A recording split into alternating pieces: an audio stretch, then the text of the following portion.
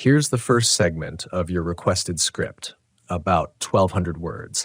When you're ready, I'll continue with the next segment seamlessly. I've been reading through the messages, the comments, the stories you've sent me late at night. Those questions about what's really dangerous out there on the road when you take your RV into the wild. Some of you ask in a half-joking way, maybe to test if I'll tell you it's nothing, if I'll pat you on the back and say the only things you've got to worry about are flat tires and mosquitoes. Others of you, though, I can hear it in the way you write. The hesitation, the uncertainty, the small confession hidden between your sentences. You've seen something. You've felt something. You're hoping somebody else will name it for you. And that's why I'm here, sitting in the dark, speaking this into the silence like it's both a warning and a prayer. Because when you ask me about the dangers of RV camping, I don't start with rattlesnakes or faulty brakes. I start with what happens when the night gets so quiet, you realize the quiet itself isn't natural. I start with the way your skin prickles before you've even seen the shadow that's staring back at you. I'll give you an example. Years ago, before I even thought about putting these stories out to the world, I drove my old Volkswagen camper deep into New Mexico. There was this lonely campground near the edge of the desert, a place the maps didn't even bother to name. Just a dirt pull-off with enough space for 2 rigs and a fire pit made of cracked stones. I was young, chasing freedom more than safety, and I thought the emptier the place was, the better. That night, the air dropped colder than I expected. The stars overhead were endless, a sea of silver dust spilling across the black sky, and for a while I just sat with it, letting the silence press in. It felt like peace, at least at first, but then I realized the silence wasn't true silence. It was waiting silence. No crickets, no coyotes yipping in the far hills. Even the wind had gone still, as if it was holding its breath along with me. I told myself it was nothing. That's the first lie campers always tell themselves. Nothing. Just my imagination. Just nerves.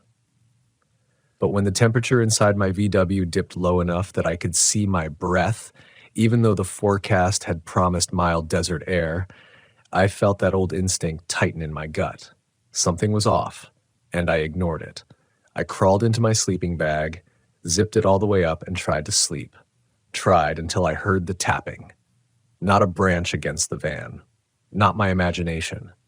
A deliberate, measured tap, 3 beats against the side panel, right beneath the small window where my head rested. I didn't move, didn't breathe.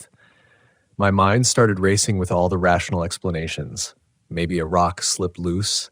Maybe it was just the metal contracting in the cold. But then it came again. 3 taps. Same rhythm, same place. I reached slowly for my flashlight, the kind with a heavy metal grip, and held it tight in my fist like a weapon. I thought about throwing open the door, about yelling out to prove I wasn't scared. But you learn fast on the road. When you don't know what's out there, sometimes silence is your only shield. So I lay there counting the taps that came and went like a heartbeat I couldn't control. By morning, the frost on the windshield had bloomed in strange shapes, circles overlapping circles like fingerprints pressed in from the outside. There were no tracks in the dirt, no sign that anyone had walked near my van. And yet, I knew something had. That's the kind of danger you can't prepare for with a checklist. You can't buy gear to protect you from it. It's not in the pamphlets at the RV dealership. But it's real. And every single one of you who's written to me, wondering why the woods felt heavier than they should have, why the shadows seemed to breathe, what you felt wasn't foolishness. It was the first warning. I learned to listen after that. Learned that the land itself can be an enemy, not because it wants to hurt you, but because it doesn't care if you vanish into it. In Colorado, I camped beside a ridge where the trees grew so close together it felt like a wall. That night I swore I heard my name whispered through the pine needles. I told myself it was the wind, until the whisper came again, clearer this time, and it used the name nobody out there should have known. The name only my mother called me when I was a child. You ask me what's dangerous about RV camping? It's that every empty place holds memories of those who didn't come back, and sometimes the land repeats them through you. It's not always that obvious, though. Sometimes danger wears the face of hospitality. Like the time in Arkansas when an older man waved me down as I was driving past a near-empty RV park. Said he had hookups, a safe spot, a discount just for travelers like me. Everything in me told me to keep going, but the sun was dipping low, and fatigue does strange things to your judgment. So I pulled in. The place was too quiet, too neat. Every RV park there looked abandoned, curtains drawn, doors shut tight. The man led me to a space near the center and said he'd bring me a welcome drink once I settled. I never saw him again that night, but I did see the way the shadows from the other rigs moved. Jerky, delayed, like figures trying to mimic normal human gestures. A half second too late. I didn't stay until dawn. I left in the dead of night, headlights off until I hit the highway, and I never looked back. You'd be surprised how many stories like that I've heard from you. You tell me about RV parks where every camper looks occupied, but no one ever comes outside. About trails where the same stranger waves to you twice in two different places. About campfires that burn too long, their smoke twisting into shapes you don't want to name. And here's the truth I've learned. The real danger of RV camping isn't just what you see. It's what tries to convince you that you didn't see it at all. The world of asphalt and deadlines has dulled our instincts, but out here, under the stars, those instincts wake up fast. That cold drop in your stomach, that tightening in your chest when the woods go silent, that's not weakness. That's survival telling you to listen. Because sometimes the most dangerous thing about RV camping is believing the lie that it's only about freedom. It's not. It's about risk. Every mile you drive, every night you park in the middle of nowhere, you're bargaining with forces older than the road itself. Some of them are natural. Storms, cliffs, wildlife. Some of them aren't. And here's the second segment of your story, about 1,200 words. I don't share these memories to scare you away from the road. I share them because so many of you have written the same line to me. I thought I was the only one who felt it. You're not. None of us are alone in this, even when it feels like the wilderness swallows every trace of us whole. One of the biggest questions I get is whether it's safer to camp close to people or far away from them. And every time I have to answer with a hesitation, because neither choice is safe in the way you want it to be. When you camp close to people, you gamble with the unknown intentions of strangers. When you camp far away, you gamble with the silence of a land that doesn't answer back. Take a night I spent on the Oregon coast. The campground was nearly empty, just me and a couple parked 2 sites down. At first, I thought I'd made the right choice. Safety in numbers. They waved when I arrived, smiled, even offered me a cup of coffee while I leveled out my VW. Their kindness put me at ease, and by sundown, we'd swapped travel stories around their fire. But when I went back to my rig, something tugged at me. I hadn't noticed it earlier, because the warmth of their friendliness distracted me, but their RV had no plates. Not missing plates, not stolen plates. No screw holes, no outline, no mark of registration at all. Just smooth, white metal where numbers should have been. I told myself maybe it was new, maybe they just bought it and hadn't attached the plates yet. But when I looked closer at the windows, I realized I couldn't see inside. Not the glow of lights, not a silhouette, nothing. Like the glass itself was painted from the inside with darkness. That night, I woke to the sound of voices. The couple, I thought at first, may be arguing, but when I listened harder, I couldn't separate the words. It was a sound like speech without syllables, like a radio turned to static but bending just enough into tones that my brain tried to translate it. I pressed my ear against the thin metal of my van, and I realized the voices weren't coming from outside. They were resonating through the ground itself, like the soil was a speaker vibrating beneath me. By dawn, their rig was gone. No tracks in the sand. No sign anyone had parked there at all. Only two impressions in the grass where chairs had once sat by the fire. That's what I mean when I say the environment becomes the antagonist. Out there, even the earth can betray your senses, make you doubt what's solid and what's not. Another time, Utah, high desert, my danger wasn't strangers. It was the wind. Sounds like nothing, doesn't it? Just wind.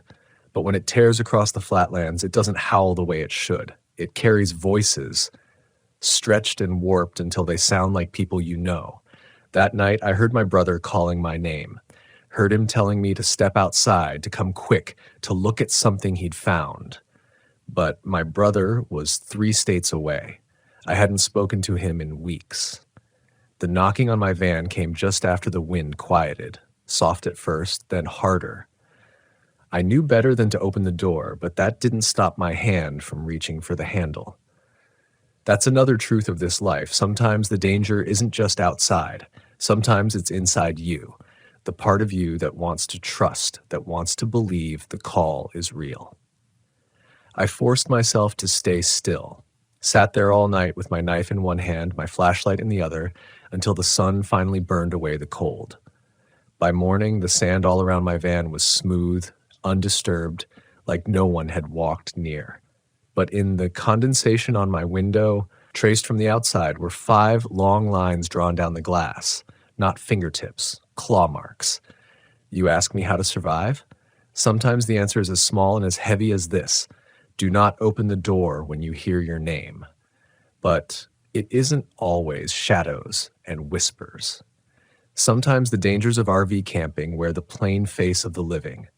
I've had strangers follow me down empty roads, headlights staying just close enough in my rearview mirror that I couldn't shake them. I've had people knock on my rig in the middle of the night, asking for help, their faces half hidden, their stories rehearsed too well to be real. And I've had to sit there in silence, my heart breaking as I pretended not to hear, because out here, the cost of sympathy can be higher than the cost of suspicion. I remember one particular night in Arizona. I'd parked at a rest stop well past midnight, the kind of place where only truckers usually stop. I locked my doors, pulled my curtains tight, and tried to rest. But an hour later, someone rapped on the glass, a woman's voice, desperate, begging for water, for help. I almost opened the door. Almost. Then she spoke again, and I realized her tone hadn't changed. Not once. The same cadence, the same words, like a recording stuck on loop. Please, I need water. Please, I need water. No trembling, no breath catching, no stutter of fear, just repetition. I didn't sleep the rest of the night. And by dawn, there was no trace of anyone outside, only 2 perfectly parallel footprints in the gravel, like she'd been standing there, unmoving, for hours. This is the part most people don't want to hear. They want the danger of RV camping to be clear, simple. Bad weather, bad roads, bad people. Something you can name, something you can fight. But when you really listen to the questions you've been asking me, what you're afraid of isn't the kind of danger you can prepare for with a checklist. It's the kind that rewrites the rules of what you believe is possible. And that's why I keep telling these stories, because knowing what others have faced might be the only defense you get. That's the second segment, Talk 1,200 Words. Would you like me to continue straight into the third segment?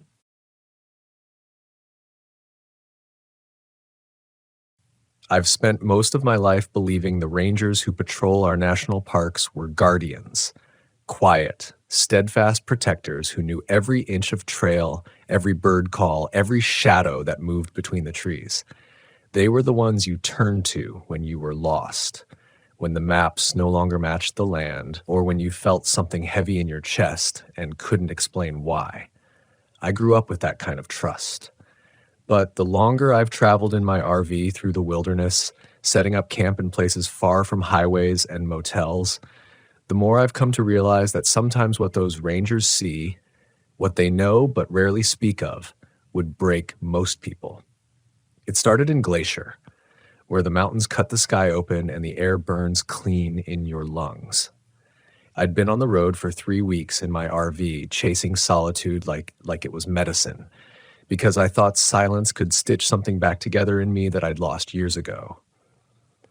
That evening, I pulled into a small campground ringed with dark spruce, the kind of place where the wind moves like a whisper and the sun disappears too quickly behind jagged rock. A ranger in a green jacket was walking the loop. He had that ranger's posture, upright, watchful. But when his eyes met mine, I felt something ripple under my skin. "Evening," he said. His voice was level, polite, but he held my gaze longer than he should have, like he was measuring something about me. I told myself not to overthink it.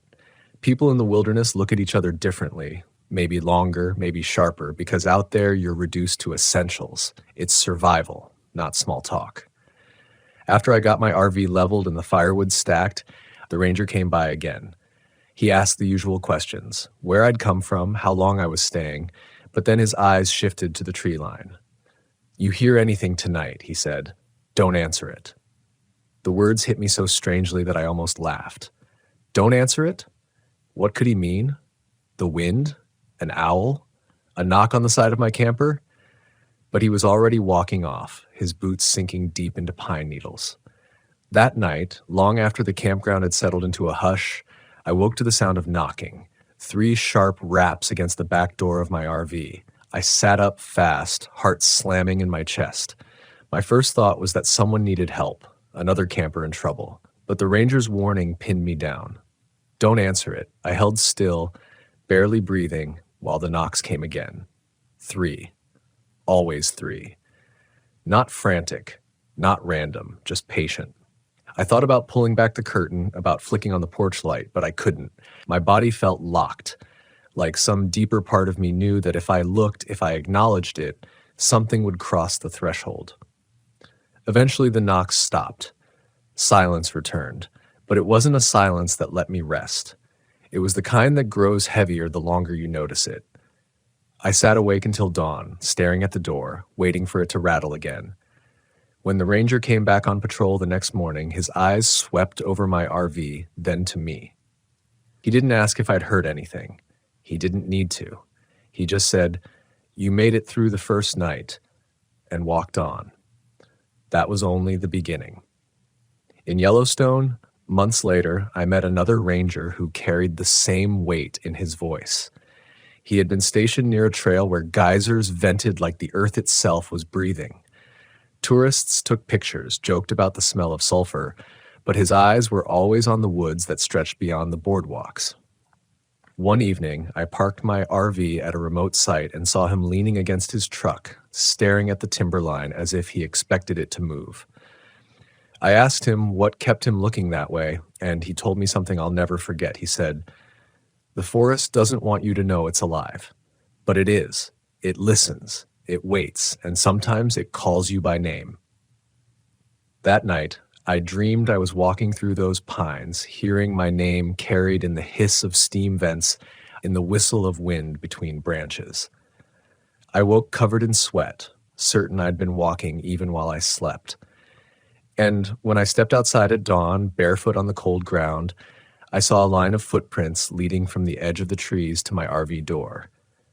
They weren't mine. I started noticing it after that, the way rangers in different parks avoided certain questions, how they grew quiet when you asked about disappearances or about sounds in the night. They never lied, but they didn't tell the whole truth either. Not because they wanted to hide it from you, but because they didn't think you could carry it.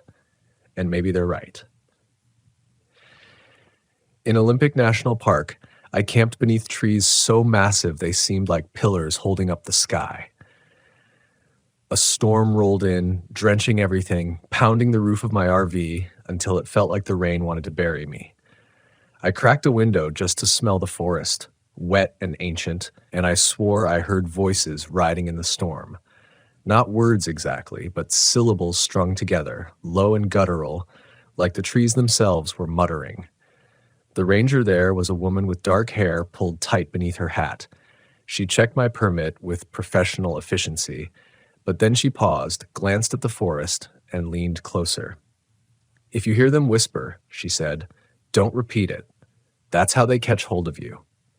Her eyes locked on mine, and for a moment, I saw a flicker of fear she didn't hide fast enough. That fear wasn't the kind that comes from bear encounters or storms or tourists getting too close to a cliff. It was the kind that settles in a person who's lived beside something they can't control.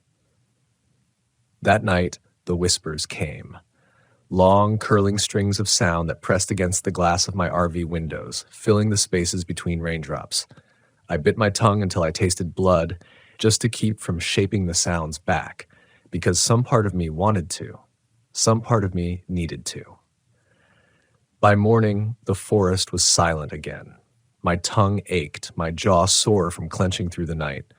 When I saw that ranger again, she didn't need to ask. She just gave me a single nod, a recognition, like we were now bound by something neither of us had chosen. The more I traveled, the more I began to understand. The rangers weren't just caretakers of trails and campsites. They were guardians of secrets, things too wild, too ancient, too unspeakable to make it onto any brochure or map. And once you've brushed against those secrets, you don't forget. I kept driving, kept camping, kept listening to the rangers who spoke in fragments, in warnings disguised as small talk, and every time the wilderness answered. I thought I could keep moving, that if I just treated every strange moment like weather, something you endure, something that passes, I could still cling to the idea of camping as freedom. But the warnings began to pile up, and the encounters grew heavier. The further I went, the more I realized these rangers weren't speaking in riddles out of habit. They were giving me survival instructions, one at a time, like pieces of a puzzle that only revealed its shape when it was too late. The strangest meeting happened in Colorado. I'd driven my RV high into the Rockies, where the roads coil up the mountain and thin air makes your lungs ache. The campground was small, barely a clearing, surrounded by dark ridges that pressed close. The first night there, a ranger stopped by just before dusk. His uniform looked worn, his badge dulled, like he'd been out in the backcountry longer than he should have. He leaned against a tree while I stood by the fire ring. "You hear singing," he said. "Don't follow it."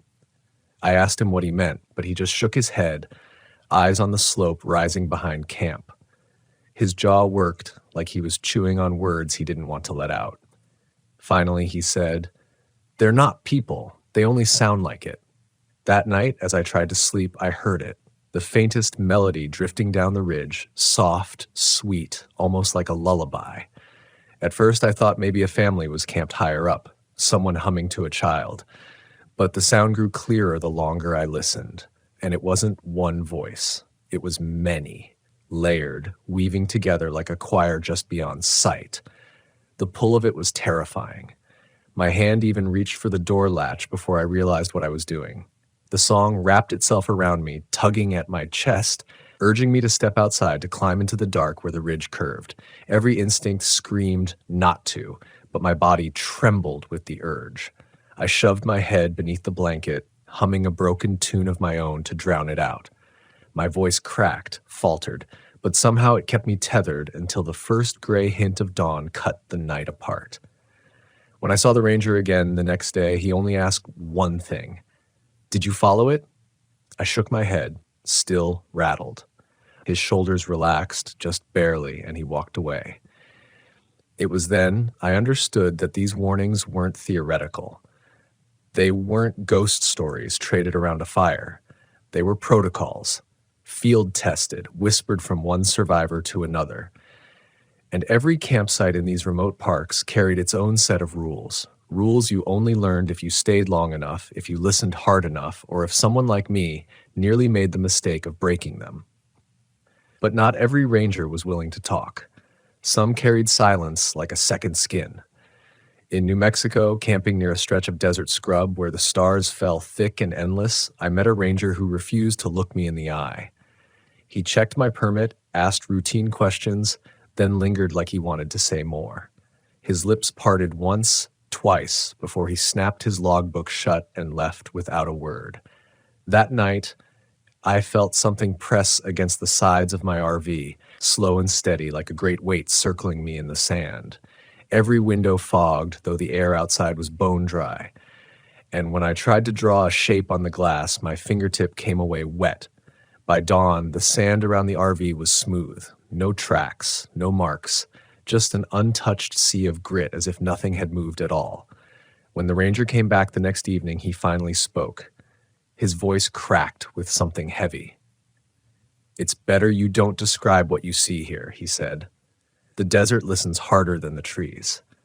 And then he walked away, shoulders stiff, as if he'd given away too much already. These encounters started to work their way inside me, not just as fear, but as questions I couldn't silence. If rangers, trained, disciplined, meant to be the calm voice of authority, were this unsettled, what chance did ordinary campers have? And yet people poured into these parks every summer, every holiday weekend, blissfully unaware. By the time I reached the Great Smoky Mountains, the weight of it all had begun to bend me. I was exhausted, not from the miles driven or the camp setup, but from the vigilance. Every sound became a test. Every silence became a trap. The Smokies greeted me with mist that clung low, wrapping the ridges in shifting veils. The forest there felt older than anything I'd seen, gnarled, tangled, heavy with history.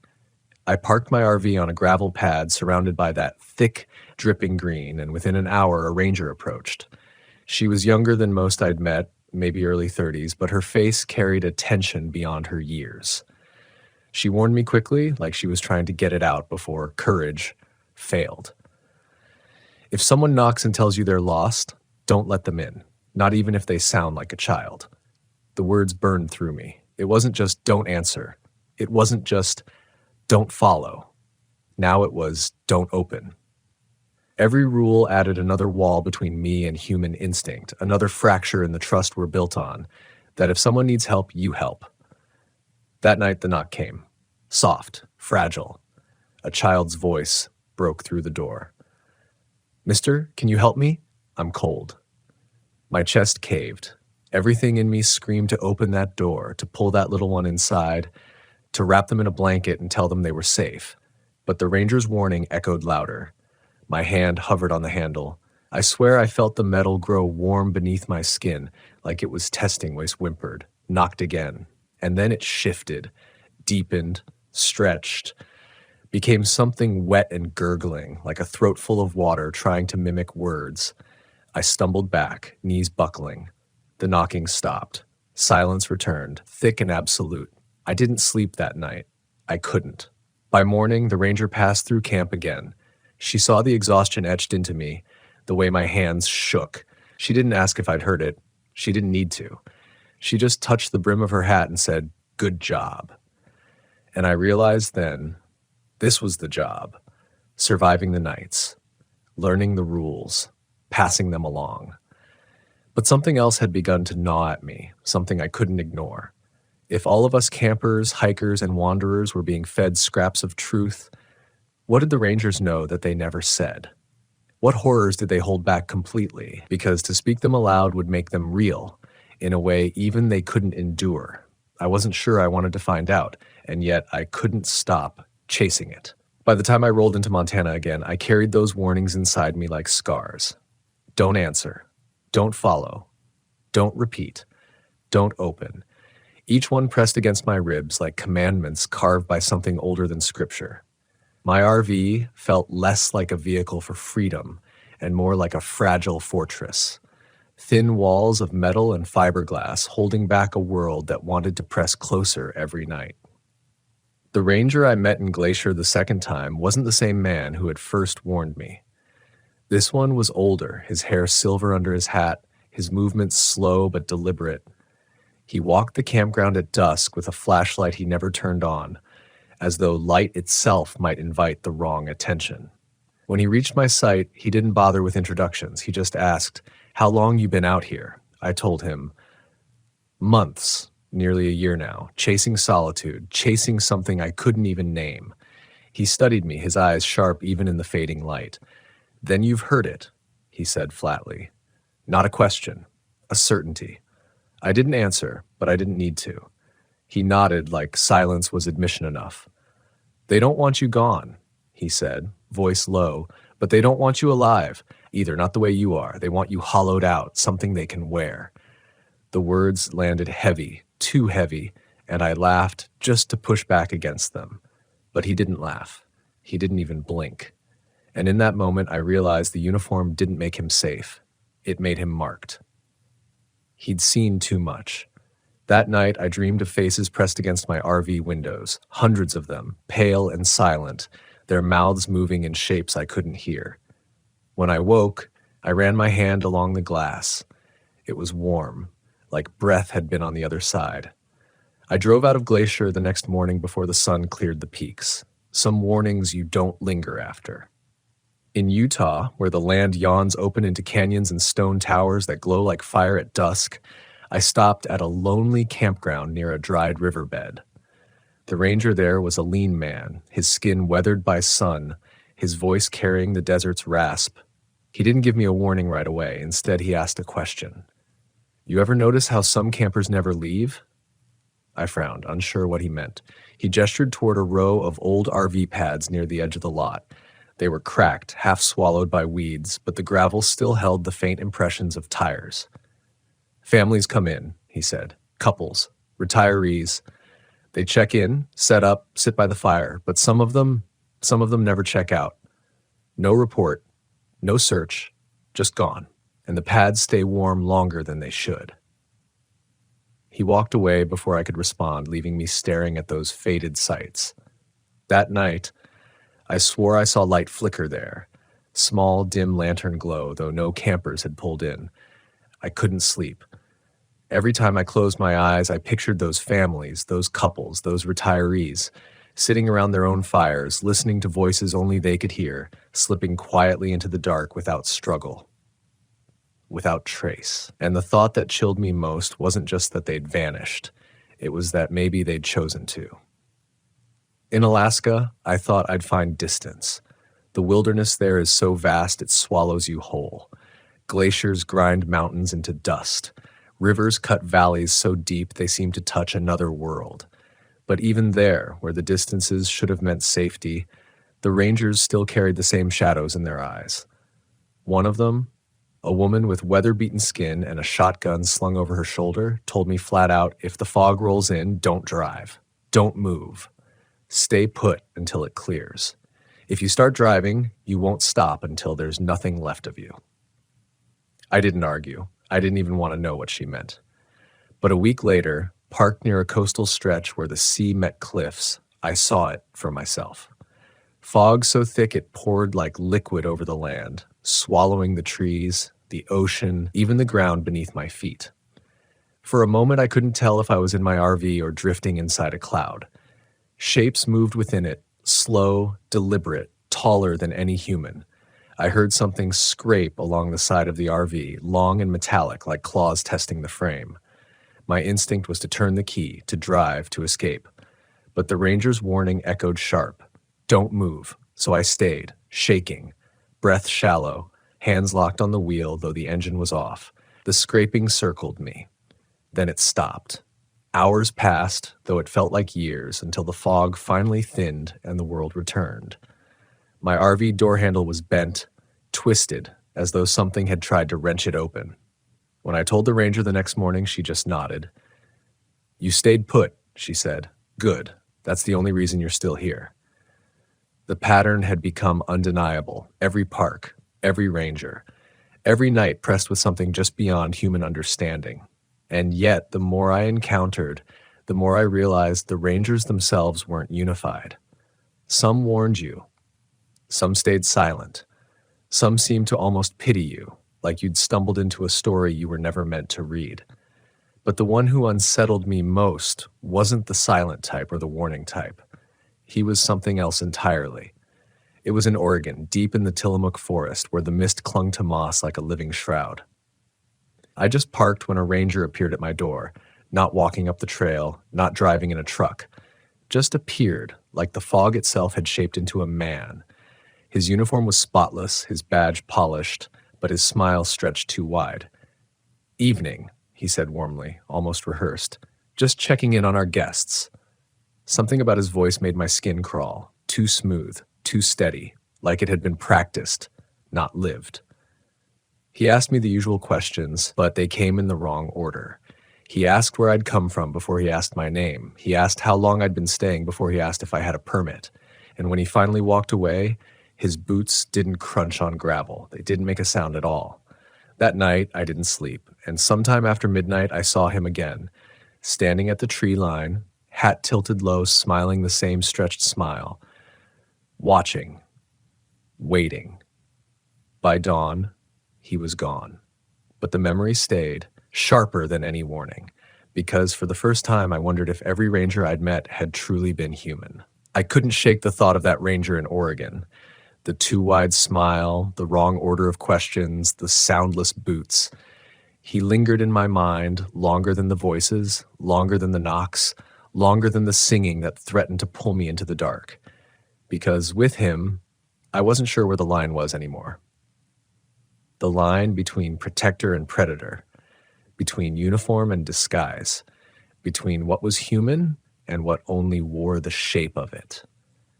I left Tillamook with the kind of urgency that makes your hands sweat on the wheel.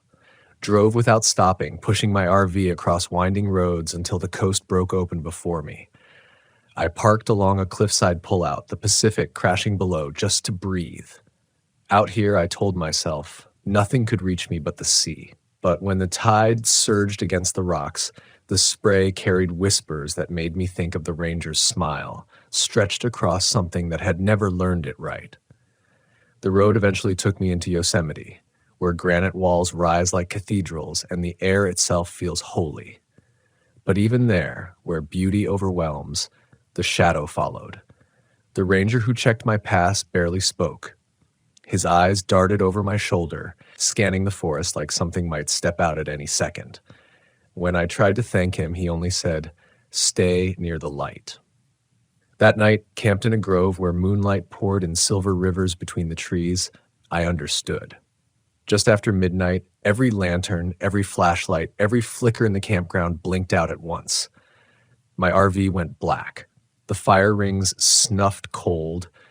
The forest fell into a darkness so complete it felt physical, like cloth draped over my face. Then came the sound. Not footsteps, not knocks, but breathing. Heavy, drawn out, circling the RV. I clawed for a light, anything, but the switches were dead. My phone wouldn't power on. My matches sparked, then fizzled, as though the dark itself smothered them. I pressed against the window, desperate for moonlight, but the sky was gone. Even the stars had been swallowed. Only that breathing remained, growing faster, hungrier. I don't remember when the light came back. Only that 1 second I was drowning in blackness, heart pounding in my throat, and the next the lanterns were glowing again, the fire rings sputtering back to life as if they'd never gone out. The forest stood quiet, calm, innocent. When I found the ranger the next morning, his face was pale, his jaw tight. I told him what had happened. He didn't deny it. He only said, "They hate the light. That's why we keep it burning. But sometimes they take it anyway." I wanted to ask who they were, but by then I knew better. The rangers never said their names. Maybe they didn't have any, or maybe speaking them was a risk none of us could afford. I carried on, but my sense of safety was threadbare. Every new park, every new campsite, I braced for the next rule, the next warning. And still, they never came the same way twice. In the Badlands, I was told not to whistle.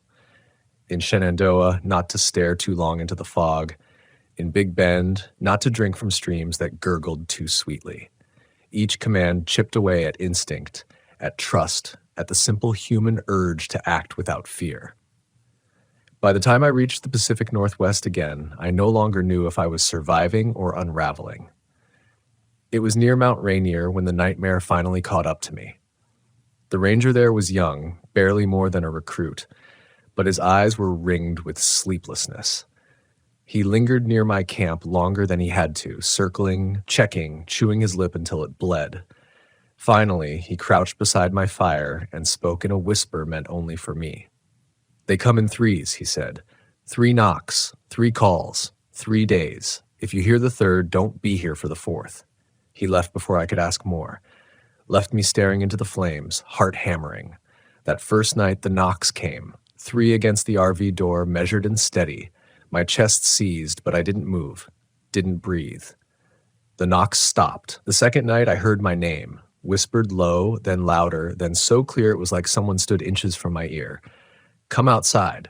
I stuffed my ears with tissue, buried my head under a pillow, but the sound curled inside me anyway, threading through my bones. The third night, I woke to scratching on the roof. Long, deliberate drags as if claws were tracing the outline of my home. Then the voice again, this time deeper, echoing. My name. Over and over. I sat curled in the driver's seat, every light blazing, praying the dawn would break faster. But I knew what the ranger had said. If there was a fourth night, I wouldn't make it through. When the sun finally came, I didn't hesitate. I packed up in minutes, barely remembering to stow the loose dishes, and drove until the mountain disappeared in my mirrors. I didn't stop until my gas tank screamed empty. And even then, I couldn't bring myself to sleep, because the rules had always worked.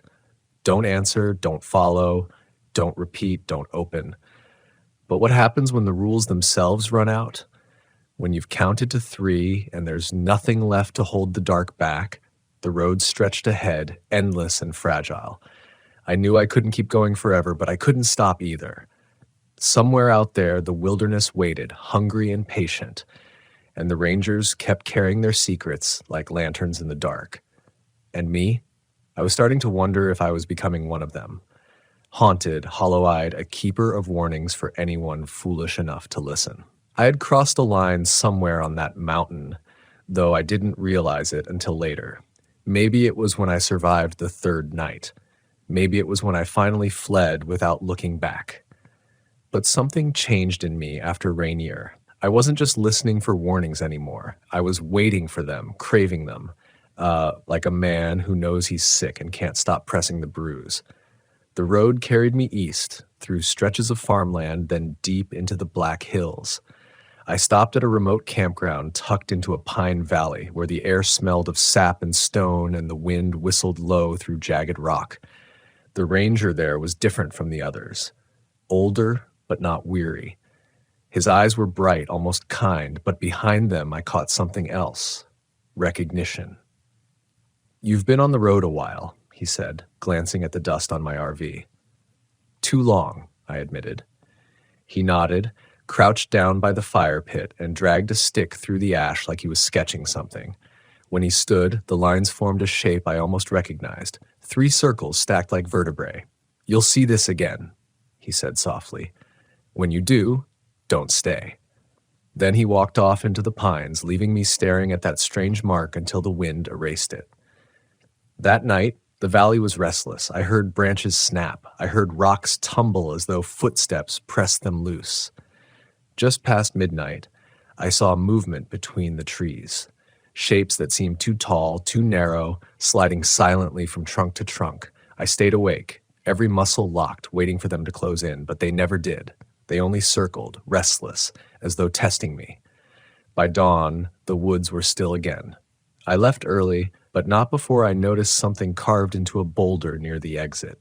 3 circles stacked, etched deep by something sharper than any knife. I drove fast, heart pounding. The ranger's words echoed louder than the engine. When you see it again, don't stay. Weeks later in the Ozarks, I saw it again. The campground was nearly empty, just a handful of RVs scattered across a clearing hemmed by dark oaks. As I stepped out to stretch my legs, I saw it carved into the picnic table, the 3 circles, stacked. My stomach dropped. I wanted to pack up immediately, but exhaustion won. I told myself I could make it one night, that maybe the carving was nothing, just graffiti left by a bored camper. But when darkness fell, I knew better. The knocking started almost immediately. Not 3 this time, but dozens, scattered across every wall of the RV, quick, frantic, like dozens of hands slapping in rhythm. My chest locked. I flicked on every light, blasted the radio, but the knocking only grew louder. Then came the laughter, high, shrill, wrong, not human. I drove out in the middle of the night, tires spitting gravel, headlights tearing through black forest. I didn't stop until the knocking faded, until the laughter fell away. And when I finally pulled over at a gas station hours later, I saw the circles again, drawn in dust on the side of my RV. I scrubbed them off with shaking hands, but I knew they weren't done with me. By the time I reached Maine, I was frayed down to threads. I told myself I'd find peace by the coast, that salt air and open sky could wash the dread from me, but even the sea held its rules. The ranger at the rocky campground near Acadia was silent, watching the waves. When I asked about dangers, he only said one thing: if the tide goes out too far, don't follow it. I laughed nervously. He didn't. That evening, I sat on the beach watching the water drag itself back farther and farther, exposing slick rocks and sand flats that hadn't seen light in decades.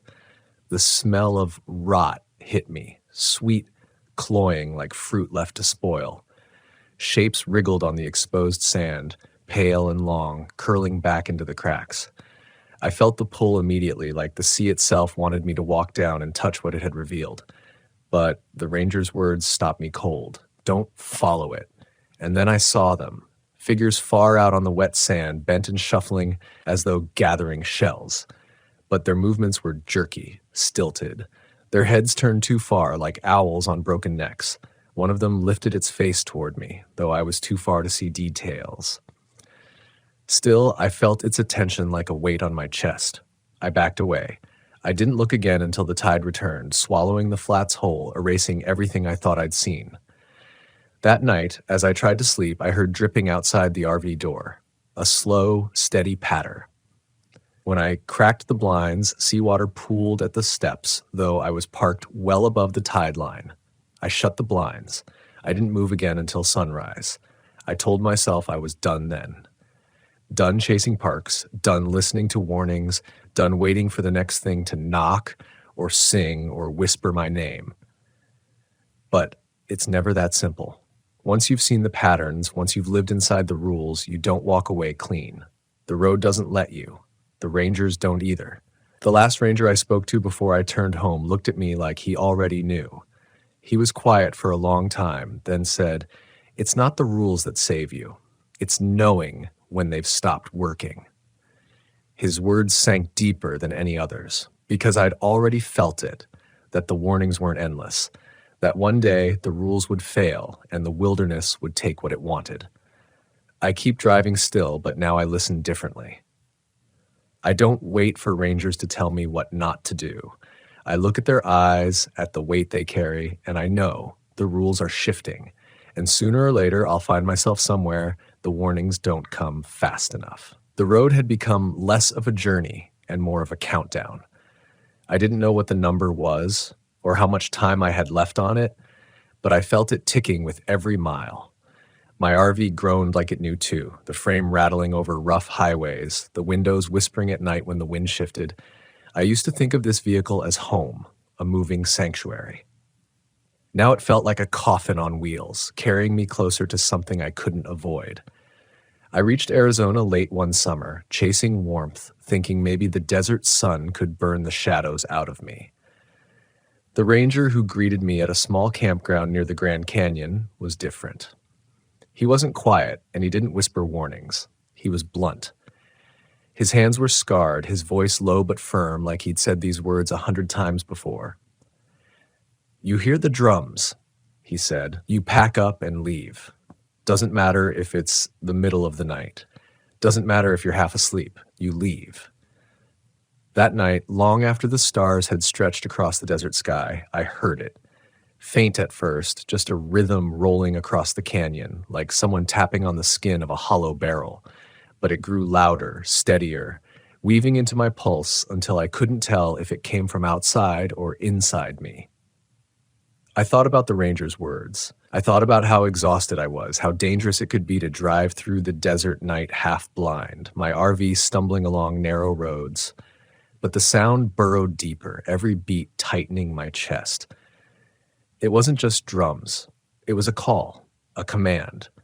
So I drove, half asleep, knuckles white on the wheel, headlights slicing through a canyon road that felt endless. The drumming followed me, echoing off the stone no matter how far I went. It didn't fade until the horizon bruised with dawn. When I finally pulled over, shaking and hollow, I realized something chilling. The ranger hadn't told me where to go. He hadn't told me what road was safe or what direction the sound wouldn't follow. He'd only told me to move. And maybe that was the point. Movement was the only thing that saved you. But you can't keep moving forever. I learned that lesson in Minnesota at a lakeside campground where the water mirrored the sky so perfectly it was hard to tell which way was up. The ranger there was an old man with cataract-clouded eyes. He didn't give me a rule. He gave me a story. Used to be a boy went missing here, he said. Search teams combed the woods for weeks. Never found him. Then one morning he came walking out of the lake, clothes dry, no memory of where he'd been. Only thing he said before he disappeared again was, "It's deeper than you think." I laughed nervously, but that night, sitting by the water, I couldn't shake it. The lake was still, too still, like glass. I leaned closer, trying to see through the reflection, and for a moment I swore I was moving just beneath the surface. Not fish, not shadows, faces. One of them looked like mine. I stumbled back, heart pounding, but the water never rippled. It stayed smooth, serene, innocent. Still, I moved my RV farther from the shore. I didn't sleep until the sun burned away the night. The story stuck with me. It's deeper than you think. Wasn't that true of all of it? The knocks, the voices, the lights, the warnings. Every one of them hinted at something vast beneath the surface, something the rangers touched but never explained. By the time I hit Nevada, I was raw with it. My mind spun with every rule I'd collected, every half-truth, every silence. I parked near a dry lake bed under a sky that felt too large, too empty. That's when a ranger approached me, except he wasn't in uniform. He wore jeans, a faded flannel, but his posture gave him away. "You've been hearing them," he said. Not a question. I nodded. He sat on the step of my RV, stared out at the flat expanse, and spoke like someone unburdening themselves. "We don't protect people from bears or storms. Not really. That's just the cover. What we do is containment. We keep people from knowing too much. We keep the old rules alive. But the truth is, we're losing. They're louder than they used to be, hungrier. Every year, more campers vanish, more voices slip through, and there's not enough of us left to hold it back." His confession rattled me more than any warning, because it wasn't about one place or one night.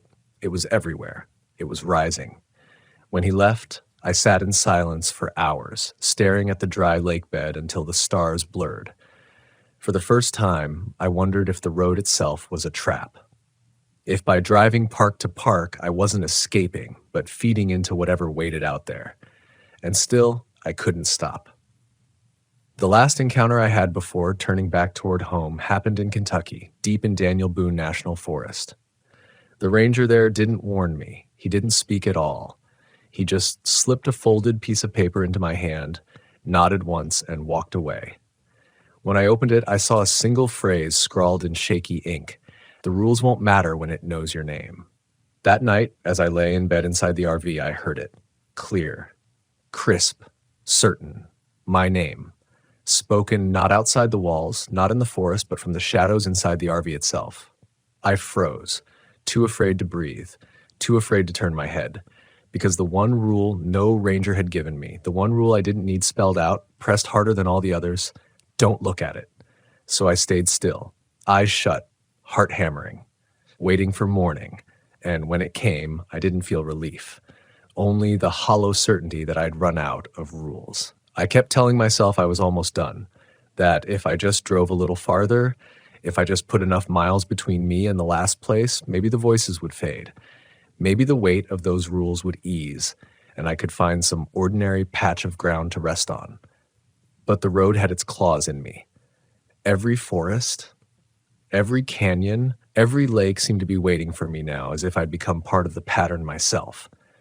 Crossing into West Virginia, I stopped at a campground tucked deep into the Allegheny woods. The ranger who checked me in had a crooked smile, a kind of tired charm, but his eyes never left the tree line. "Don't camp too close to the ridge," he said. "Voices travel different up there." I asked him what he meant, but he only shrugged, the kind of shrug that hides fear beneath casual muscle. That night, the ridge whispered, not loudly, not insistently, but like a crowd murmuring just out of earshot. Words brushed against my skull, slippery and faint. I strained to catch them, even as my stomach twisted with dread. And then, clear as a bell, I heard my mother's voice. She's been gone for years. I froze. My throat went dry. Every instinct screamed at me to run, to slam the blinds shut, to drown the whispers with music or prayer. But grief is a cruel hook. For one heartbeat, I wanted to believe. I wanted to believe she was up there, just past the ridge, waiting for me. I almost opened the door, almost stepped into the night. But something stopped me. The memory of every ranger's face, of every warning, stacking one over another in my mind like stones on a grave. I stayed inside. The whispers stretched until dawn, relentless, circling. When the sun rose, they fell silent all at once, as if they'd never been there. The next morning, the ranger saw the exhaustion in my eyes. He didn't ask questions. He just said, "That's why we never camp up there." I didn't stay another night. By the time I reached Michigan's Upper Peninsula, I was running on fumes, both in my gas tank and in my soul. The woods there were thick and endless, pressing so close they seemed to breathe with me. The ranger at the entrance spoke quietly, like he was afraid of being overheard. "Keep your windows closed after midnight," he said. "Doesn't matter how hot it gets." That night, the heat was unbearable. The air was heavy, sticky, clinging to my skin like a fever. Every muscle begged me to crack the window, just an inch, just to let a little breeze in. But I forced myself to obey. Around 2 a.m., I heard it, scratching. Long, slow drags along the outside of the glass. Nails? Claws? I couldn't tell. Then a voice. My own voice, whispering my thoughts back to me. Not the things I'd said aloud, the things I'd kept buried. The regrets, the shame, the words I'd never dared give shape. I pressed my palms over my ears, but the whispers slid inside anyway, curling through my chest like smoke. By the time dawn broke, I was shaking, drenched in sweat, barely holding on. The ranger saw me leaving and gave a sad nod, like he already knew. "They get in any way they can," he said. I drove on, but the farther I went, the less the rules seemed to help. It wasn't just the knocking or the singing or the scratching anymore. It was me, my mind, my memories. The wilderness didn't just want my body, it wanted my history, my grief, my guilt, and it was learning how to speak in the voices that would break me most. By the time I reached the Dakotas, I felt hollow, like I was carrying pieces of every park, every night, every horror inside me. I parked in a windswept lot overlooking the prairie, grass bending like waves beneath a sky swollen with storm.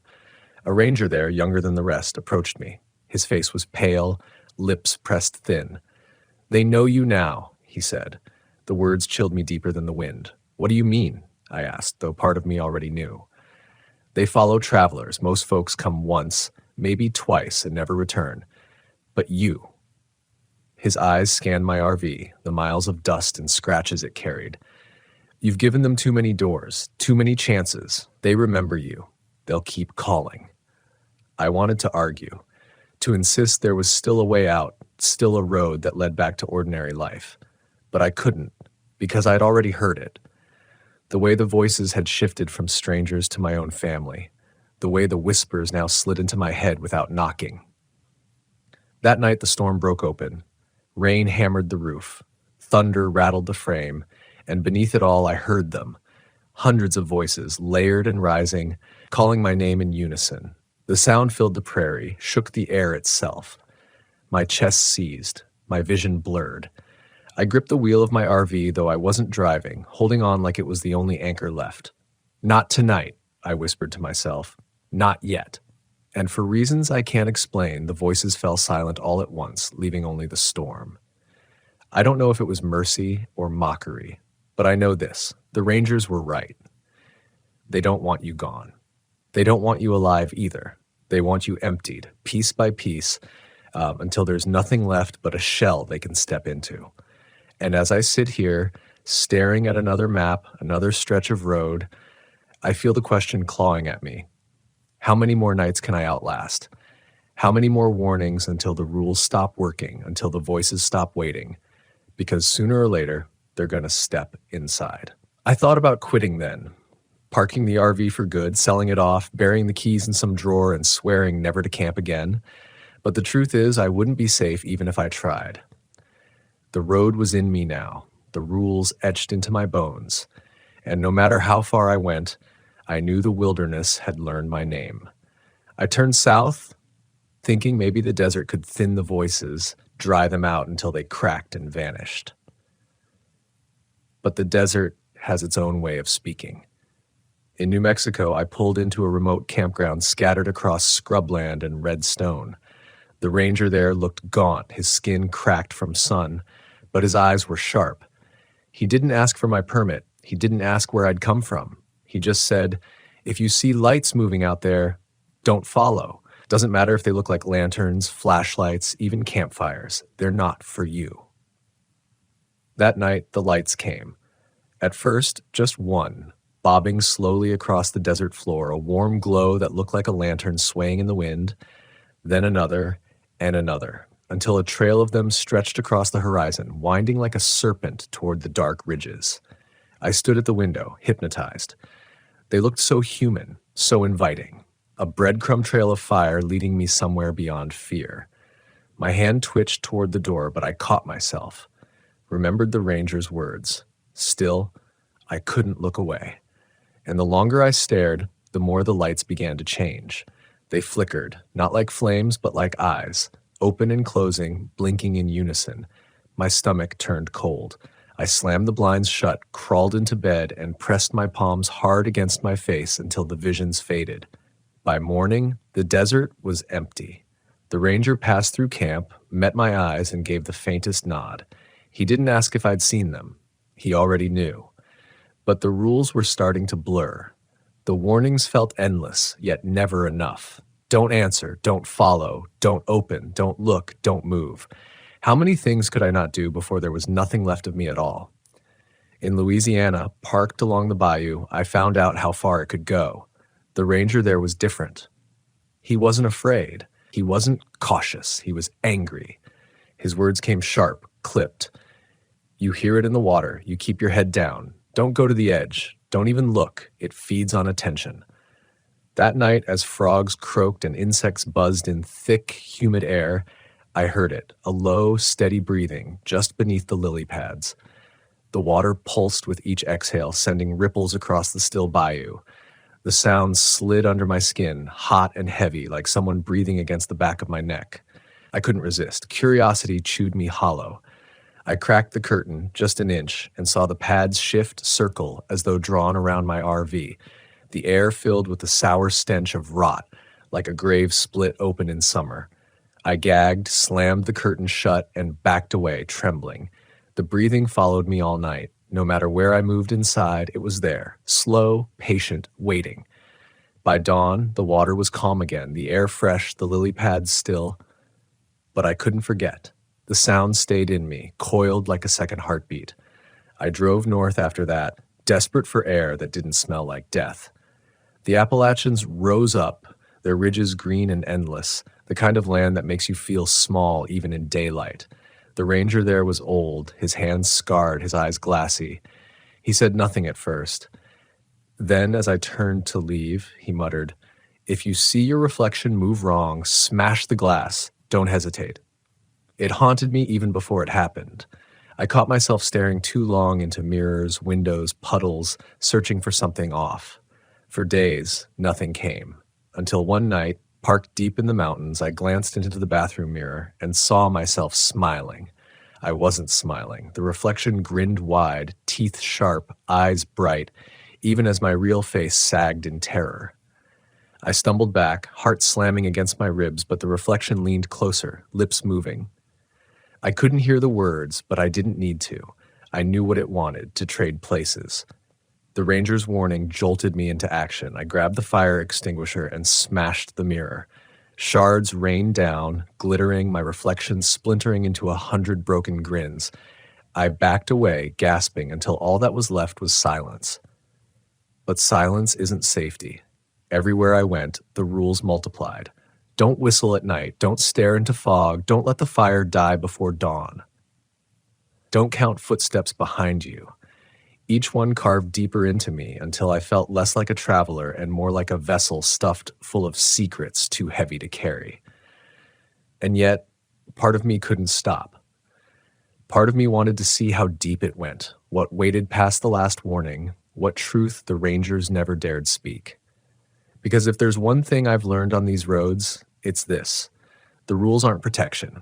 They're bargains. Fragile, temporary bargains with something that never wanted us here at all. And one day, no bargain will be enough. By now, every campground felt the same. It didn't matter if I was in a desert, on a coast, or deep in the forest. There was always something waiting, always some warning etched into the face of a ranger too tired to keep pretending. I started seeing them everywhere, those faces. Hollow eyes, clenched jaws, words held back until the silence hurt. And when they finally spoke, it was always another rule to add to the collection. But there was one ranger who broke the pattern. It was in Montana again, far north near the border where the land feels wilder, less touched. The campground was nearly empty, only me and 2 other RVs, the trees stretching so tall they swallowed the sky. The ranger walked up just as I finished leveling, but he didn't give me a rule. He didn't even ask the routine questions. He just looked at me for a long time, studying me like a doctor might study a patient. "You've been at this too long," he said finally. His voice was low, not cruel, but heavy. "They've marked you. You know that, don't you?" I didn't answer. Couldn't. But he stepped closer, his eyes sharp as knives. "You can't unsee it now, can't unhear it. Every step you take with you. Every mile you drive, they ride along. It's not the places, it's you." The words hit harder than any warning before. Because deep down, I already knew. The knocks, the whispers, the scratches, the reflections, they weren't bound to a single forest or canyon anymore. They followed me like a shadow I could never outrun. That night, I dreamed of driving. Endless roads unspooling under my wheels, but no matter how far I went, the scenery never changed. The same bend in the road, the same twisted tree, the same ranger standing at the side, smiling too wide. Over and over. When I woke, my hands ached from gripping the wheel in my sleep. My body remembered the dream as though it had been real. I left Montana, but the ranger's words clung to me. They're not out there anymore. They're in here. In North Carolina, camped along the Blue Ridge, I thought maybe the mountains could steady me. The ranger there was soft-spoken, almost kind, and for a moment I hoped he'd say something different, something that gave me a way out. But he only sighed, eyes on the horizon, and said, "If you hear silence too deep, don't breathe with it. Hold your breath until it passes." I didn't understand, until I did. That night, the forest hushed. Not just the crickets, not just the owls. Everything. A silence so total it rang in my ears, pressing against my chest, and with it came a pull, a strange urge to inhale, to fill my lungs as though the night itself had opened wide to drink me in. I clamped my mouth shut, held my breath until spots danced in my vision. Seconds stretched into minutes, my body screaming for air. Finally, the silence cracked. A single bird called, then another, and the world rushed back all at once. I gasped, collapsed against the seat, lungs burning. I knew then what the ranger meant. The silence wasn't absence, it was hunger. But hunger doesn't end. In Idaho, a ranger told me not to touch the stones stacked at the edge of camp. "They're not cairns," he said. "Don't move them. Don't even count them." Of course I looked. Of course I counted. There were 13. That night I woke to find 12. By morning, there were 11. Each night one disappeared, though no one touched them. By the time only 3 remained, I couldn't stand it anymore. I packed and drove without looking back. But in my rearview mirror, I saw the last stone crumble into dust, as if it had never existed. And yet, I carried the number with me, carved into my chest like another rule. Don't count, don't look, don't let them know you notice. But I do notice. I can't help it anymore. Every reflection, every silence, every shadow stretching just a little too far. I see it, I hear it. I feel it pressing against the thin walls of this RV, patient as the road itself. And maybe that's the worst truth of all. The rules were never meant to save you forever. They were meant to buy time, to keep you breathing one more night, one more dawn, until eventually time itself runs out. The rangers know this. That's why they look the way they do. That's why they speak in fragments and warnings and silences. They've seen too many travelers reach the end of the rules. And now I know I'm close. Every night the knocks grow louder, the whispers sharper, the reflections bolder, and the voices, they don't just call my name anymore. They speak sentences, promises, threats. You're almost ready. It won't hurt long. Let us in. I tell myself I'm strong enough, that I've survived this long by listening, by obeying, by running when I had to. But what if the ranger was right? What if it was never about the places, never about the rules, but about me? What if I've been feeding them all along just by surviving? The road stretches ahead, endless. I drive it still, but each mile feels thinner, like the world itself is running out of space for me. And sometimes when I glance in the rearview mirror, I swear I see someone else sitting in the back of the RV, someone wearing my face. By now, I had begun to measure time, not in days, but in nights survived. Each sunrise felt like a receipt, proof that I'd lasted one more round in a game I never agreed to play. But the rules had thinned, the boundaries warped. I was no longer sure whether I was still learning how to survive or simply rehearsing for the end. I crossed into Wyoming, where the land opens wide and the sky presses down like a dome. I parked at a lonely site near a stretch of badlands, where the rock is carved into spires and gullies that look alive in shifting light. The ranger there didn't give me a rule. He gave me a look, a long, hard stare, like he could see through me. "You've been carrying them," he said. His voice was steady, but his eyes shook. "Every mile, every camp, they've been riding inside you. You know that, don't you?" I wanted to argue, to insist I was still separate, that I was still me, but I couldn't. Because in the quiet, I'd already started hearing whispers that weren't outside the RV at all. They were inside, woven through my own thoughts, stealing their shapes. That night I dreamed of doors, hundreds of them, lined along endless hallways, each one thin, flimsy, easy to break. Behind them shadows pressed, knocking, whispering, waiting for me to open just one. When I woke, sweat cold on my skin, I realized the doors weren't in some imagined hallway. They were in me. The ranger's words made sense then. I wasn't just seeing them anymore. I was hosting them. I fled Wyoming, thinking distance might shake them loose. But in South Dakota, parked near a ridge of stone that cut the sky in jagged lines, I learned there was no distance left.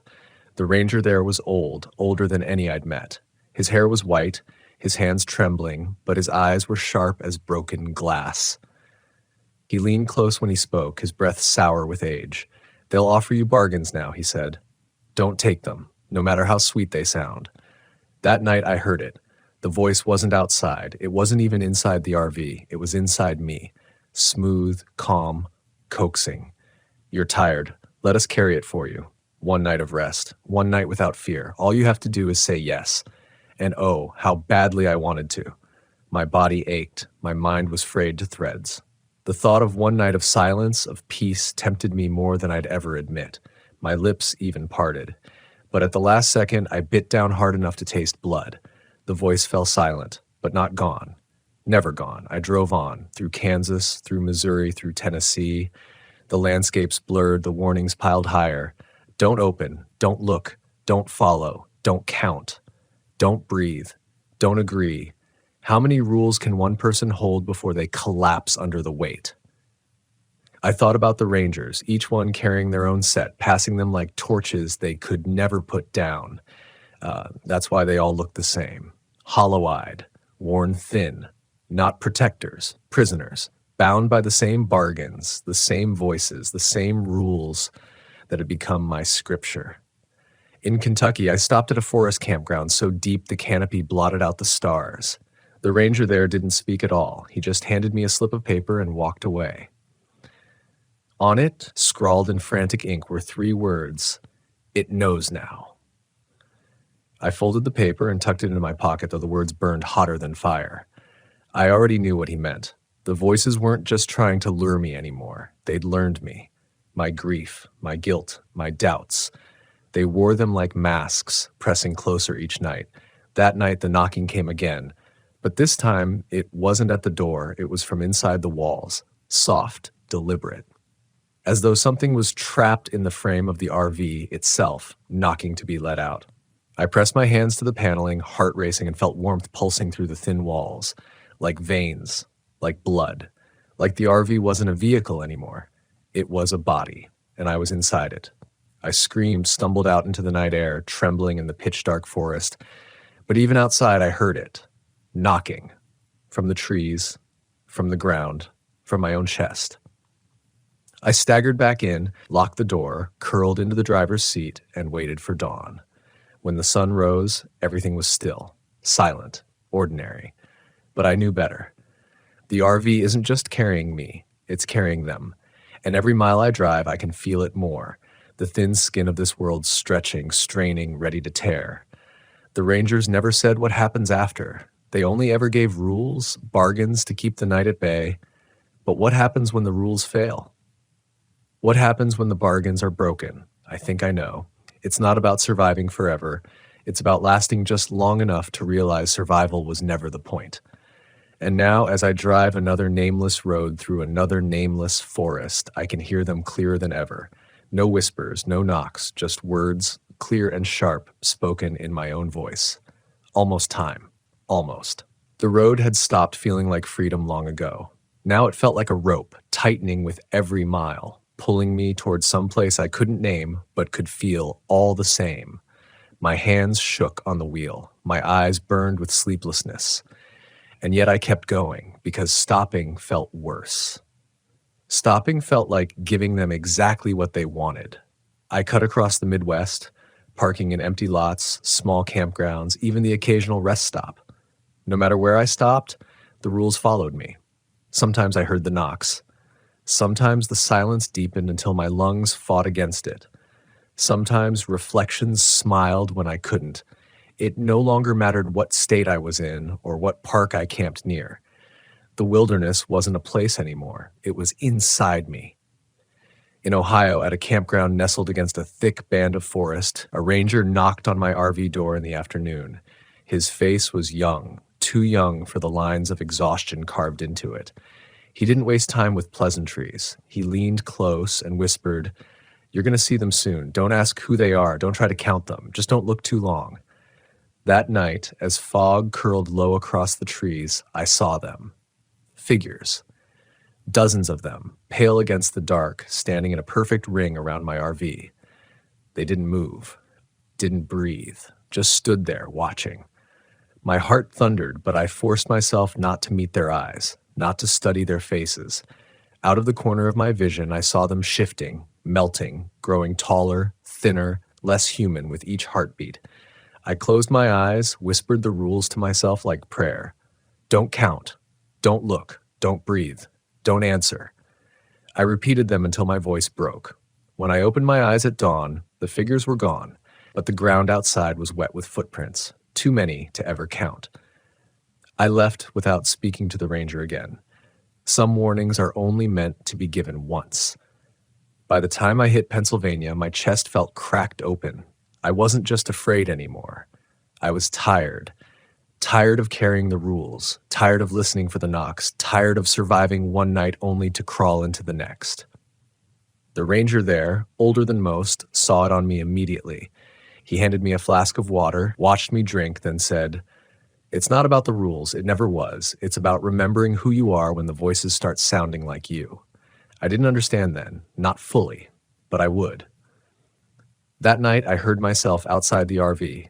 My voice, my exact voice, calm, steady, coaxing. "Open the door. It's safe now. You can rest. You've done enough." I froze. My body ached to believe it, to step outside, to hand over the weight I'd been dragging for months. But I stayed. My lips pressed shut, my hands locked on the steering wheel, and then I heard it again, only this time from inside, from the passenger seat. I turned, slowly, terrified, and there I was, sitting across from me.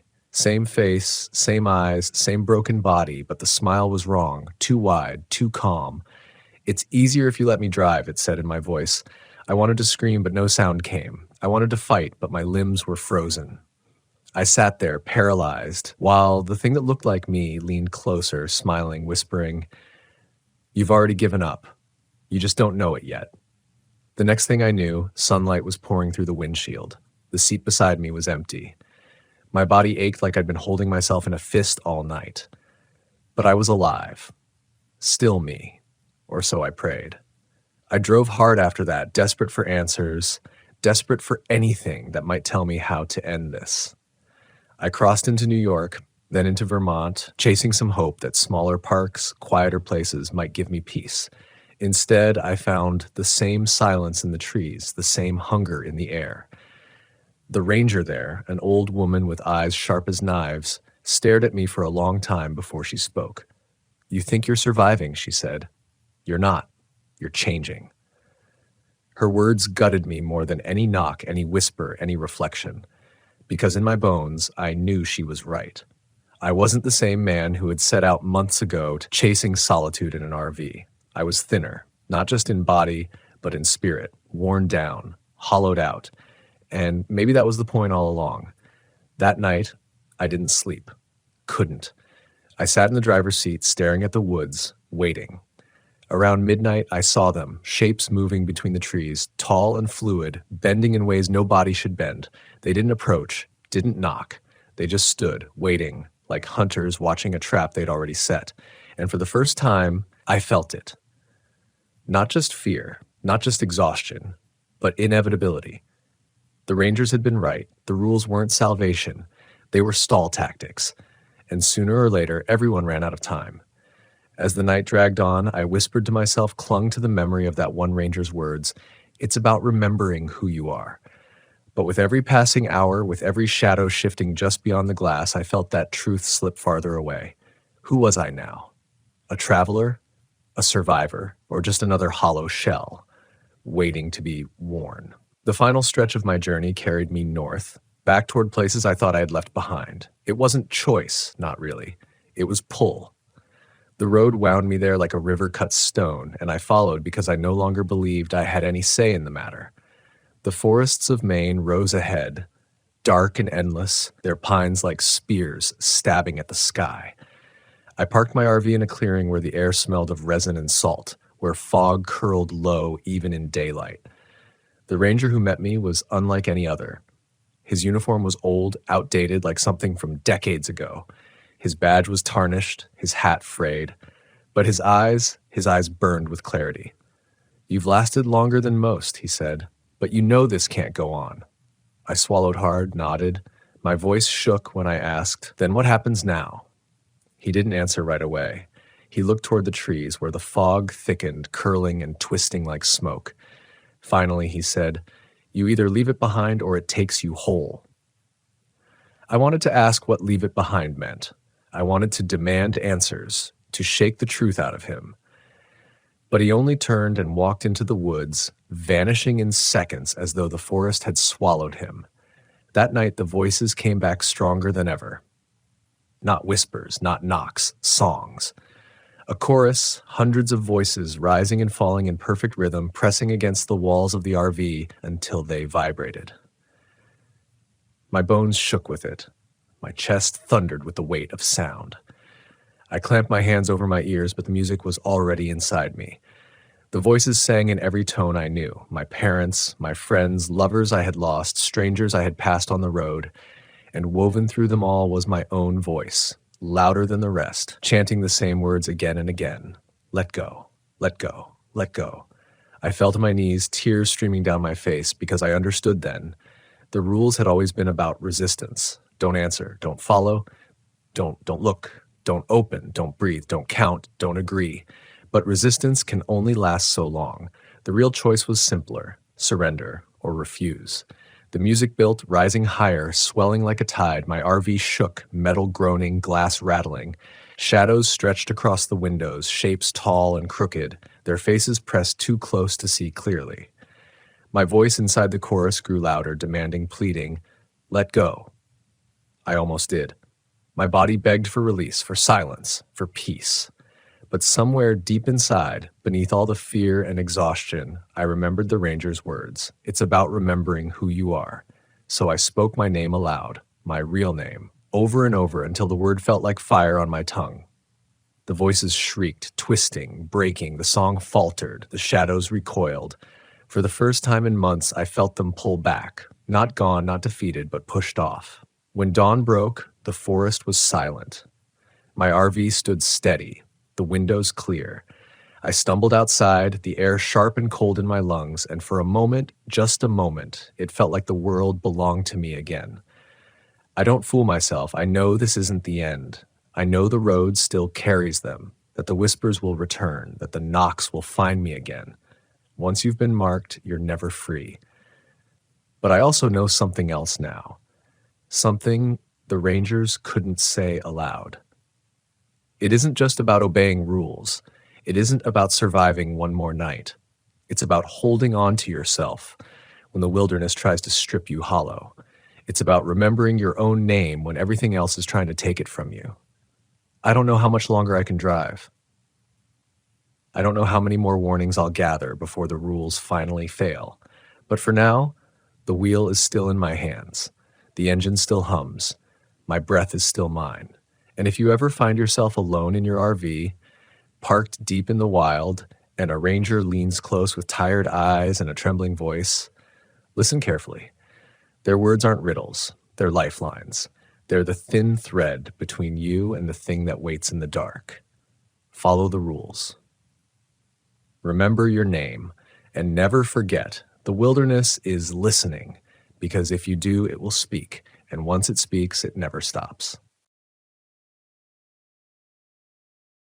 I can still hear the water when I close my eyes. Not the gentle kind of water. Not a stream trickling over rocks or a lake laying quietly against the shore.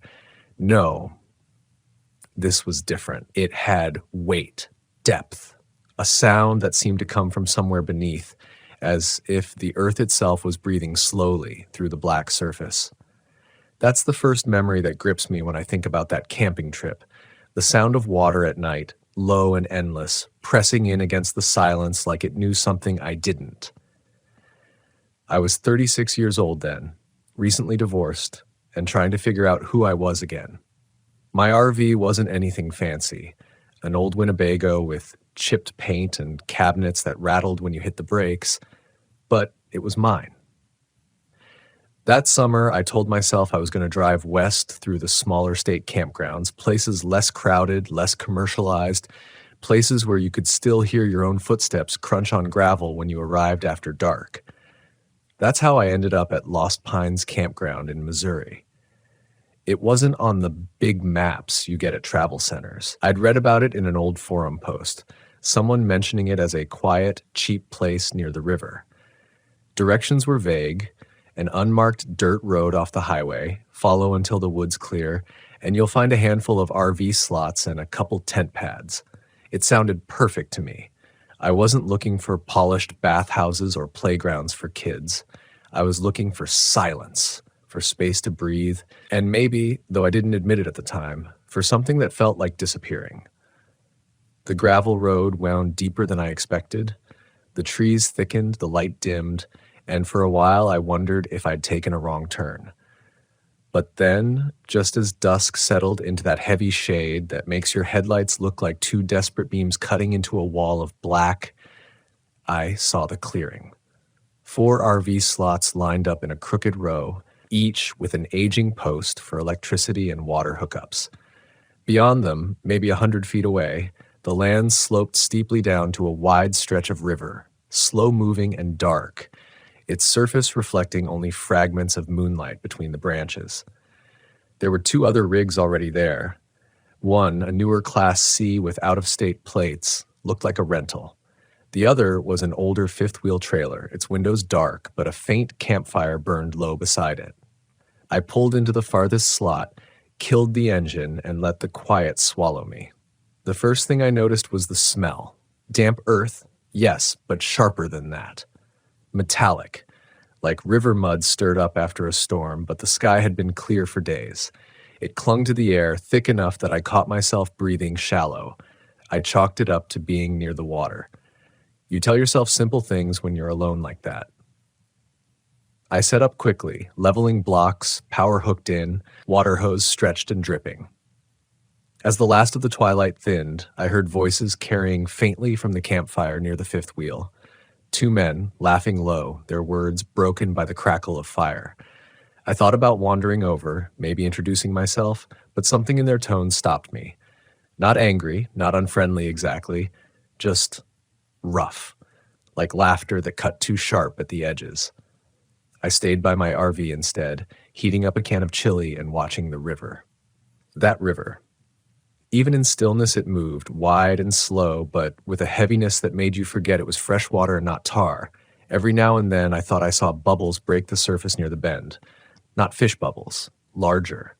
A rolling boil that rose for a moment, then vanished as if swallowed back down. I told myself it was debris, maybe logs caught beneath the current, maybe methane pockets escaping from the mud below. Logical answers. Always logical answers. When full night fell, the sounds grew stranger. Frogs, sure. Crickets, yes. But beneath that was something else, something almost patterned. A hollow plunk every so often, like a hand slapping flat against the water. Slow at first, then closer together. Plunk, pause, plunk, and then silence.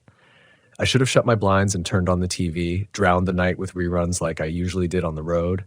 But instead I sat there in the dark, lights off, staring out my side window at the river glinting faintly between trees. I told myself I was unwinding. Truth was, I couldn't stop watching. It felt like waiting for something to surface. The men by the campfire had gone quiet. Their flames were down to embers now, the glow pulsing faint against the tree trunks. I considered bed. I considered packing it in and moving on tomorrow, finding a real campground with staff and families and picnic tables. But I didn't. Something in me wanted to see morning here, to prove to myself that the unease I felt was just nerves. Nothing more. At some point, I drifted to sleep in the recliner, window still cracked open, the sound of the water pushing its way into my dreams. I woke with a start around 3 a.m., not from a nightmare, not from any sound I could place, but with that peculiar certainty that something had been near me, that I'd been watched. I sat there frozen, ears straining. The campground was dead quiet. No frogs, no crickets, just the slow churn of the river. I was about to lie back down when I heard it, 3 knocks on the side of my RV. Slow, deliberate, wood on metal. My first thought was the 2 men, drunk maybe, playing some late-night prank. I stood, heart slamming in my chest, and yanked the curtain open. Nothing, just trees, just the slope to the river. My floodlight clicked on when I opened the door, casting long shadows across the dirt. No one there, no footprints in the gravel. I told myself it was branches, maybe something tossed by the wind. But the air was still. Dead still. I went back inside, locked the door, and sat there awake until the first smear of gray touched the horizon. In daylight, everything looked harmless again. The river was just a river. The other RVs sat quiet, the fifth wheel with its campfire ring now cold. The 2 men were gone when I stepped outside, their truck absent, their spot cleared. That unsettled me more than the knocking. They hadn't been towing, just the trailer itself. I couldn't figure out how they left. I spent the day hiking a narrow trail that wound along the river. The forest there was dense, with pines so old they leaned heavy under their own weight. The smell from the night before lingered stronger the closer I got to the bend in the river, the metallic tang mixed with something sour like rotting vegetation. I tried not to breathe through my nose. At the bend, I saw the bubbles again. Not small, not random. A wide circle of them rising together in a slow, steady boil. The surface quivered, then smoothed as if nothing had happened. I crouched low, staring. Something was down there. Trapped gas, maybe. Sure, but I couldn't shake the image of something alive shifting beneath the current, pressing against the underside, testing the skin of the river like a drum. I stayed there too long. The sun had dropped low by the time I turned back, shadows stretching long and thin across the path. When I returned to camp, a new rig had pulled into the slot beside mine. A family this time, a couple in their 40s with a teenage girl, their golden retriever bouncing happily in the dust. Relief washed through me at the sound of their voices, their laughter. Normal people. Normal life. It anchored me, kept the night at bay. For a while. But as darkness came again, that anchoring loosened. The knocks returned. The knocks returned just after midnight. This time, they were quicker, sharper. 4 in a row, not spaced out like before. Bam, bam, bam, bam. My body reacted before my brain could. I jolted upright, heart in my throat, staring at the thin curtain over the window. The dog next door started barking, frantic, claws scrambling against gravel as it lunged at its leash. I cracked the curtain with 2 fingers. Nothing, just the pale wash of moonlight across the trees. The family's RV glowed softly, blinds drawn, but I could see shadows moving inside, someone awake, probably calming the dog. I didn't want to look, but I did anyway. Toward the river, and that's when I saw them. Bubbles, dozens of them, clustered tight, rising in a circle maybe 15 feet wide. The surface roiled as though something massive shifted beneath, and just as suddenly as it appeared, it stopped, surface smooth again, silent as glass. The dog's barking cut off all at once, like a switch thrown. Too abrupt to be natural. I leaned closer to the glass, trying to see if the family had pulled it inside, but the window was still dark. Too dark. I didn't sleep the rest of the night. Instead, I sat with every light on inside my rig, TV, flickering nonsense, trying to drown out the silence that pressed in between each word of the late-night sitcom laugh track. Every now and then, I thought I heard the faint sound of water slapping. Plunk, plunk. Like something rising, hitting the surface, sinking again. Morning light made me feel stupid. I stepped outside to stretch, the air thick with humidity. The family was already packing up. The father nodded to me, polite but curt, his eyes tired. The mother avoided eye contact. The girl, she just stared at the river, pale-faced, until her mother pulled her inside. Their dog wasn't with them. No barking, no leash stretched taut. Just gone. I almost asked, but the words stuck. They left within the hour, engine grinding up the gravel road, leaving me alone again. The 5th wheel was still empty, no sign of the men returning. That felt wrong. People didn't just leave rigs unattended like that. Not way out here. The place was too isolated, too easy to break into. But maybe they were locals. Maybe they felt safe. The day dragged. I tried reading, tried walking, but my eyes kept darting back to the river. The smell was worse that afternoon, clinging thick in the heat. Metallic, yes, but now tinged with something sweet, like meat gone bad. Every time I caught it, bile rose in my throat. At dusk, I saw something. Not in the water this time, but along the opposite bank. A shape. It stood just within the trees, half hidden in shadow. Too tall to be a person. Thin, spindly. I told myself it was just a tree, a trick of the fading light, but the longer I stared, the more I saw it shift. Not moving closer, just adjusting. Like it knew I was looking. I snapped the blinds shut. By nightfall, my nerves were frayed raw. I set a kitchen knife on the counter, checked my locks twice, then forced myself into bed. Sleep came like a stone dropped in water. Sudden, heavy, without resistance. I woke to the sound of gurgling. At first, I thought it was plumbing, some quirk of the old RV, but it grew louder, wetter, like someone choking, lungs filled with liquid. It came from the sink. I sat frozen, covers clutched to my chest, staring at the shadowed outline of the counter. The sound deepened. A bubbling, rising surge, as though the river itself had forced its way into my pipes. I grabbed the knife and crept forward. The gurgling stopped the second my hand touched the faucet. Dead silence. Then, drip. Drip. Drip. Dark water began to seep from the drain, thick and sluggish, carrying that same metallic stench. I stumbled back, gagging. And then, the knocks again. This time they came from the roof. Slow, deliberate thuds that traveled from one end of the rig to the other. Something walking, heavy enough to bend the metal. I held my breath, knife shaking in my hand. The footsteps paused above me. I couldn't move, couldn't think. Just stood there, staring at the ceiling as dust drifted down from the pressure. Then as suddenly as they started, they were gone. I didn't sleep after that. I sat at the table, knife clenched, eyes on the window, until dawn bled gray into the sky. By morning, The fifth wheel was gone. No tracks, no sound of a vehicle leaving in the night, just empty space where it had been. I told myself I was leaving too. Packed up my hookups, folded everything down, turned the key in the ignition. But when the engine roared to life, I hesitated. My eyes drifted back to the river. The bubbles were there again, bigger this time, rising in a steady boil that spread wider and wider across the surface. And then, I swear to you, I saw a hand. Pale, bloated, reaching just above the water before vanishing with a ripple. I should have left. God knows I should have slammed that rig into gear and sped down the gravel road without looking back. But I didn't. Something held me there, staring, breath caught in my throat. A pull I couldn't explain, like the river itself whispered my name beneath its churning skin. I cut the engine, sat in silence, watched. And that's when I realized the bubbles weren't random. They rose in patterns, groups of 3, then 5, then 3 again, like breathing, or like words spoken in a language I couldn't understand. The air felt heavier, pressing against my chest. My skin prickled cold despite the heat.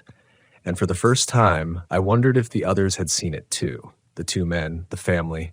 If that was why they left so suddenly, no goodbyes, no explanations. I stayed frozen like that for hours until the sun dipped low and the forest shadows stretched long again. The river was still once more, as if nothing had happened. But I knew better. Night was coming, and with it, whatever waited beneath that water. That night I made a mistake.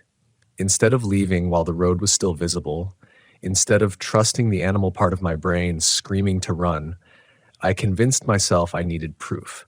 Proof that I wasn't losing my mind, that there really was something wrong with that place. Fear makes you do strange things. It convinces you that rationality is cowardice, that denial is safer than escape. So I stayed. I set up a folding chair just outside my RV, flashlight in one hand, knife in the other. The air was sticky with humidity, the kind that clings to your skin and makes your clothes feel damp before you've even sat down. The river whispered faintly below the slope, carrying that smell, sour, metallic, rotten. It felt heavier tonight, like it had crept closer somehow. At first, it was just the usual sounds. Frogs, insects, the rustle of leaves, the kind of noise that should have comforted me, reminded me I was still in a world I understood. But then it changed. The frogs stopped, their croaks cutting off one by one until silence spread like a stain across the woods. Even the insects went still. Only the river remained, its low churn louder than it had any right to be. Then the bubbles came. They started near the bend, just faint ripples at first, then rolling boils that spread wider and wider until half the surface looked alive. I leaned forward, flashlight beam trembling across the black water. The beam hit the bubbles, but nothing beneath them. No fish, no logs, nothing to explain the disturbance. Just water breaking and smoothing like something deep below was shifting against its own skin. And then came the sound. A hollow slap, like before, but closer. Water striking water, deliberate, slow. Plunk, plunk. The rhythm of it sank into me as though it wasn't just sound, but something felt, like a vibration crawling through the soil and into my bones. I wanted to run. I wanted to pack everything and tear down that road until the gas ran dry. But my legs wouldn't move. My flashlight beam quivered, caught on a branch, and that's when I saw it. On the opposite bank, between the trees, the shape was back, taller now. Clearer. It wasn't a tree. It was too thin, too jointed, its body bent at an angle no human could hold. It stood just beyond the water's edge, watching. Though I couldn't see its face, I knew. It was watching me. The flashlight flickered, sputtered, then died. I bolted. Chair tipped over, knife clattering to the dirt. I scrambled into the RV and slammed the door shut. My hands shook as I locked it, one after another, as though a deadbolt could keep out something that wasn't flesh and bone. Inside, the air felt suffocating. I could still smell the river, strong as if the current had pushed itself into my vents. The silence pressed down, broken only by the frantic thump of my heartbeat. And then knock. Knock. On the door this time. Not the side. Not the roof. The door. 3 slow knocks, each one rattling the hinges, heavy and patient. I froze in the hallway, staring at the thin metal door, every nerve screaming not to move, not to breathe. The knocks came again, louder now, a deep booming that made the whole rig shudder. Then silence. I stood there for what felt like hours, knife clenched white-knuckled, waiting for the next sound. None came. Eventually, I sank to the floor, back against the cabinet, exhaustion dragging me under despite the terror. When I woke, morning had come. The campground looked unchanged in the daylight, deceptively ordinary. Trees, gravel, river. I told myself I'd imagined it all, that exhaustion and fear had twisted shadows into monsters. But when I stepped outside, I saw them. Wet footprints. They led from the river bank up the slope. Bare feet, long, splayed toes pressed deep into the dirt. They stopped at my door. I couldn't breathe, couldn't think, just stared at them until my vision blurred. They weren't hallucinations. They weren't shadows. Something had been there. Something had knocked. I packed then. Threw everything into the rig haphazardly, cables dragging, dishes clattering into cabinets. I didn't care. I needed out. Engine roaring, gravel spitting under my tires, I shot up the road faster than was safe. Branches scraped the sides of the RV, but I didn't stop. Not until the forest broke open into highway did I dare glance back. And even then, I wished I hadn't. Because from the tree line right at the mouth of that dirt road, something stood watching. Too tall. Too thin. A silhouette I'll never forget. I drove for hours until the gas gauge dipped near empty. Pulled into a rest stop buzzing with semis and families stretching their legs. The sound of people, normal human people, felt unreal. Like stepping back into a world I wasn't sure still existed. I told myself I'd never speak of it. That whatever I'd seen, whatever had followed me to that door, was better left buried in silence. But silence doesn't erase things. It only lets them fester. Because that night, parked safely among dozens of others, I dreamed of the river again. I dreamed of bubbles, not random this time, not chaotic, rising in perfect rhythm like breath. And in the dream, I leaned closer to the surface, closer and closer until I could see faces just beneath the water, dozens of them, pale, bloated, eyes wide, mouths opening and closing soundlessly, as though speaking words that never reached the air. And when I woke, my pillow was damp. Not with sweat, with water, cold, metallic. I didn't go back to Lost Pines, not then, not for weeks. I told myself the trip was over, that I'd driven enough miles, seen enough trees and rivers and empty gravel lots to last me a lifetime. But the truth was simpler and darker. I was afraid. I parked the RV in my sister's driveway back in Illinois and tried to act normal. She asked about the trip, about the sights I'd seen, and I gave her half answers, vague stories about backroads and quiet nights. I left out the footprints. I left out the bubbles. I left out the thing in the trees. But silence doesn't make things disappear. At night, even in her suburban cul-de-sac, I'd wake to that same sound, plunk, plunk, like water slapping slow and hollow. Sometimes I'd sit bolt upright in bed, sure I'd heard knocking. The pipes gurgled in her house, and every time I jumped, heart hammering.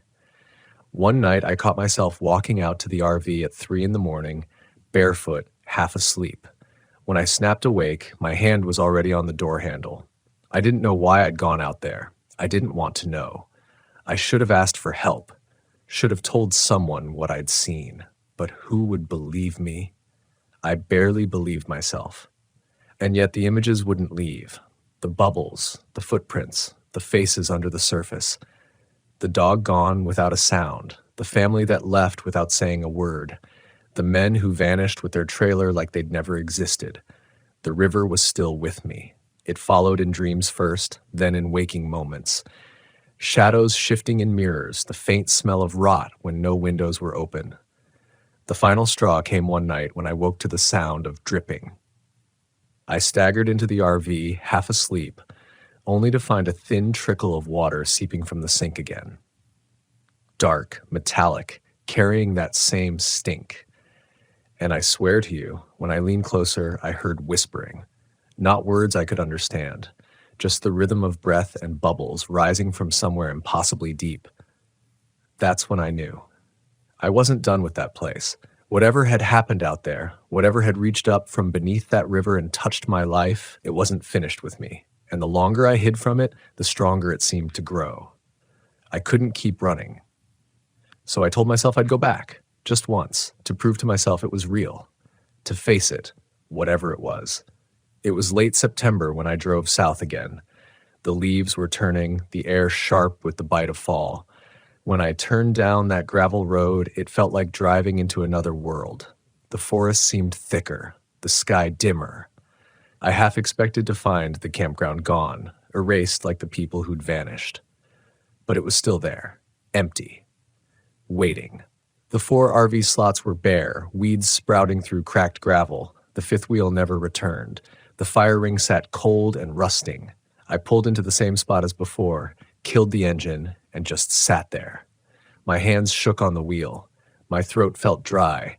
The river smelled worse now, even from the slope, stronger like rust and rot mixed together. I stepped out slowly, boots crunching on gravel, and walked down toward the bank. The water was calm, smooth, too smooth, as if it weren't flowing at all. I stood there for a long time, staring, waiting, and then the bubbles came. They rose right at my feet, pushing the surface into a rolling boil. My breath caught in my chest. The pattern was back. 3, 5, 3, like a heartbeat, like breath. And then beneath the froth, I saw something move. Not a hand this time, a face. Bloated, pale, eyes wide open, hair drifting like weeds. It surfaced just long enough for me to see the mouth open. And when it did, a stream of bubbles burst up, breaking the pattern into chaos. I stumbled back, heart slamming. My foot caught on a root and I hit the dirt hard. When I looked again, the face was gone. The water was calm, only ripples spreading outward as though nothing had ever broken the surface. I sat there gasping, dirt in my palms, fighting the urge to scream. And then I heard it. A voice. Not loud, not booming, just a whisper. My name. I spun, scanning the trees, the empty campsite, the slope behind me. Nothing, just stillness. The voice came again, closer this time. My name, pulled long and low as though rising through water.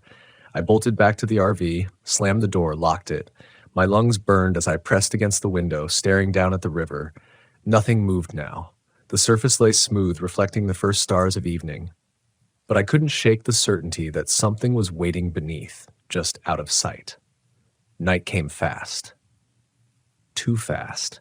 Darkness pooled in the trees, swallowing what little comfort daylight had given. I tried to distract myself, made coffee, turned on the radio, but nothing worked. The air inside grew damp, every surface sweating with condensation. The smell seeped in, stronger than ever, clinging to my clothes, my skin. And then the knocking started again. Not on the sides, not on the roof, inside, from the bathroom door. 3 slow knocks, deliberate, rattling the flimsy wood. I froze in the kitchen, mugs slipping from my hands, shattering on the floor. The sound echoed in the small space, but I couldn't move, couldn't breathe. The knock came again, louder this time. I forced myself to step forward, knife in hand, every muscle trembling. The door stood closed, shadows shifting under the crack at the bottom. Water trickled from beneath, pooling across the linoleum. Dark water, thick and reeking of iron. My hand hovered over the handle, shaking, sweating. My chest ached from holding my breath. And then, from the other side, I heard it. A bubbling gurgle, low and wet, followed by a whisper, right against the wood. Let me in. I didn't open the door. God knows I wanted to. Some part of me needed to see what was behind it, needed to stop the gnawing uncertainty, but I didn't. My hand hovered over the handle for what felt like hours, trembling, sweat dripping down my temple. Then, just as my fingers brushed the cold metal, the knocking stopped. Silence. The water seeping out from beneath the door slowed, then disappeared, as though sucked back inside. The smell lingered, though, metallic, thick, clinging to my throat like a taste that wouldn't wash away. I stumbled back, knife still clenched in my fist, eyes locked on that door. I told myself not to look away. If I looked away, something would change, something would slip into the room with me. So I stood there, chest heaving, until my knees gave out and I sank to the floor. I must have dozed off because when I opened my eyes again, pale light was spilling through the blinds. Dawn. Relief hit me in a wave so sharp it hurt. The bathroom door stood quiet, its flimsy wood warped but closed. No water, no sound, but something was different. The river was louder. I stepped outside, half expecting to find the world unchanged, to tell myself again that it had all been a trick of the mind. But the smell hit me first, stronger than ever, sharp and rotting, and then I saw it. The river had risen. It wasn't just swollen from rain, there hadn't been any. The water had climbed the slope, reaching almost to the line of RV pads. My boots sank into wet ground where dry dirt had been the night before. The current churned dark and heavy, dragging branches, leaves, debris, and the bubbles were constant now, rolling in wide circles, breaking and reforming like breath, like speech. I should have left right then. Packed the rig, driven until the tank ran dry. But I didn't, because I saw something else. Down by the bend, half submerged in the water, was the fifth-wheel trailer. It sat tilted at an angle, mud sucking at its wheels, the river lapping against its frame. Windows dark, door half hanging open, wood swollen with water. It hadn't been there the day before. I knew that. I had walked that bank, stared at that bend, and it had been empty. Now it sat there like it had been dragged up from the depths overnight. Against every instinct I had, I went down the slope. The mud sucked at my boots, cold water licking my ankles. The closer I got, the stronger the stench grew, until bile rose in my throat. The trailer loomed above me, groaning faintly as the current tugged at its side. I reached the door. It swung open with a wet screech, revealing darkness inside. The air that poured out was unbearable. Rot and rust and something worse, something I can't name. My flashlight beam cut through the dark, catching on water lines climbing the walls, furniture swollen and warped, and then it caught something else, a face. Pressed against the window from the inside, pale and bloated, eyes wide open, hair drifting weightless as though submerged, though there was no water inside the trailer. Its mouth moved, slow, deliberate, bubbles rising from its lips though there was nothing to make them. I staggered back, slipping in the mud, heart pounding in my throat. The face didn't blink, didn't move, just pressed against the glass, lips parting and closing, bubbles seeping through the cracks. And then the whisper came again. My name. Drawn out, long and wet, rising not from the trailer but from the river itself. The water at my feet began to bubble. I ran, stumbled up the slope, mud sucking at my boots, lungs burning. I didn't look back. Didn't stop until I was inside the RV, slamming the door shut, blinds yanked closed. My hands shook as I turned the key in the ignition, engine roaring to life. But when I put it in gear, the wheels spun uselessly. The ground was too soft, too wet. The river had risen high enough to flood the gravel, turning the ground to muck. My rig was trapped. Panic clawed at me. I slammed the gear shift, gunned the engine, tires screaming against the mud. No use. The RV lurched, tilted, but wouldn't move. Then the knocks came again. Not from the door this time, from underneath. A deep booming thud that shook the floor, rattled the cabinets. Another and another, like fists pounding from below, trying to break through. I scrambled back, knife in hand, watching the floor bow with each strike. My heart felt like it would tear itself free, and then silence. The smell grew stronger. Water seeped in again, not from the sink this time, but from the seams in the floor. Dark, oily, spreading across the linoleum. I climbed onto the counter, knife clenched, breath ragged, and then the whisper came, clear and close, as though spoken directly into my ear. Come down. The air grew heavy, pressing against my chest, squeezing until I could barely breathe. The walls groaned, metal creaking as though under immense pressure. The RV tilted slightly, like something beneath it was shifting, lifting. I don't know how long I crouched there, knife shaking in my hand, whispering to myself that it wasn't real, that none of it was real. But then, through the blinds, I saw movement, shapes in the water, dozens of them, pale, human-shaped, drifting just beneath the surface, faces turned upward, eyes open, mouths spilling bubbles. Hands reaching, fingers long and splayed, clawing at the air just above the waterline. And then I realized the river wasn't just rising, it was pulling me. The RV shifted again, groaning as the ground gave way. Mud sucked at the tires, water climbing higher, lapping at the steps. The river was dragging me in. I screamed, slammed the accelerator. Metal screamed, tires spun, and for a second, just a second, I felt the rig lurch forward, wheels catching on something solid. I slammed it into drive, flooring the pedal, engine howling. The RV lurched free. Mud sprayed in every direction, water splashing against the sides.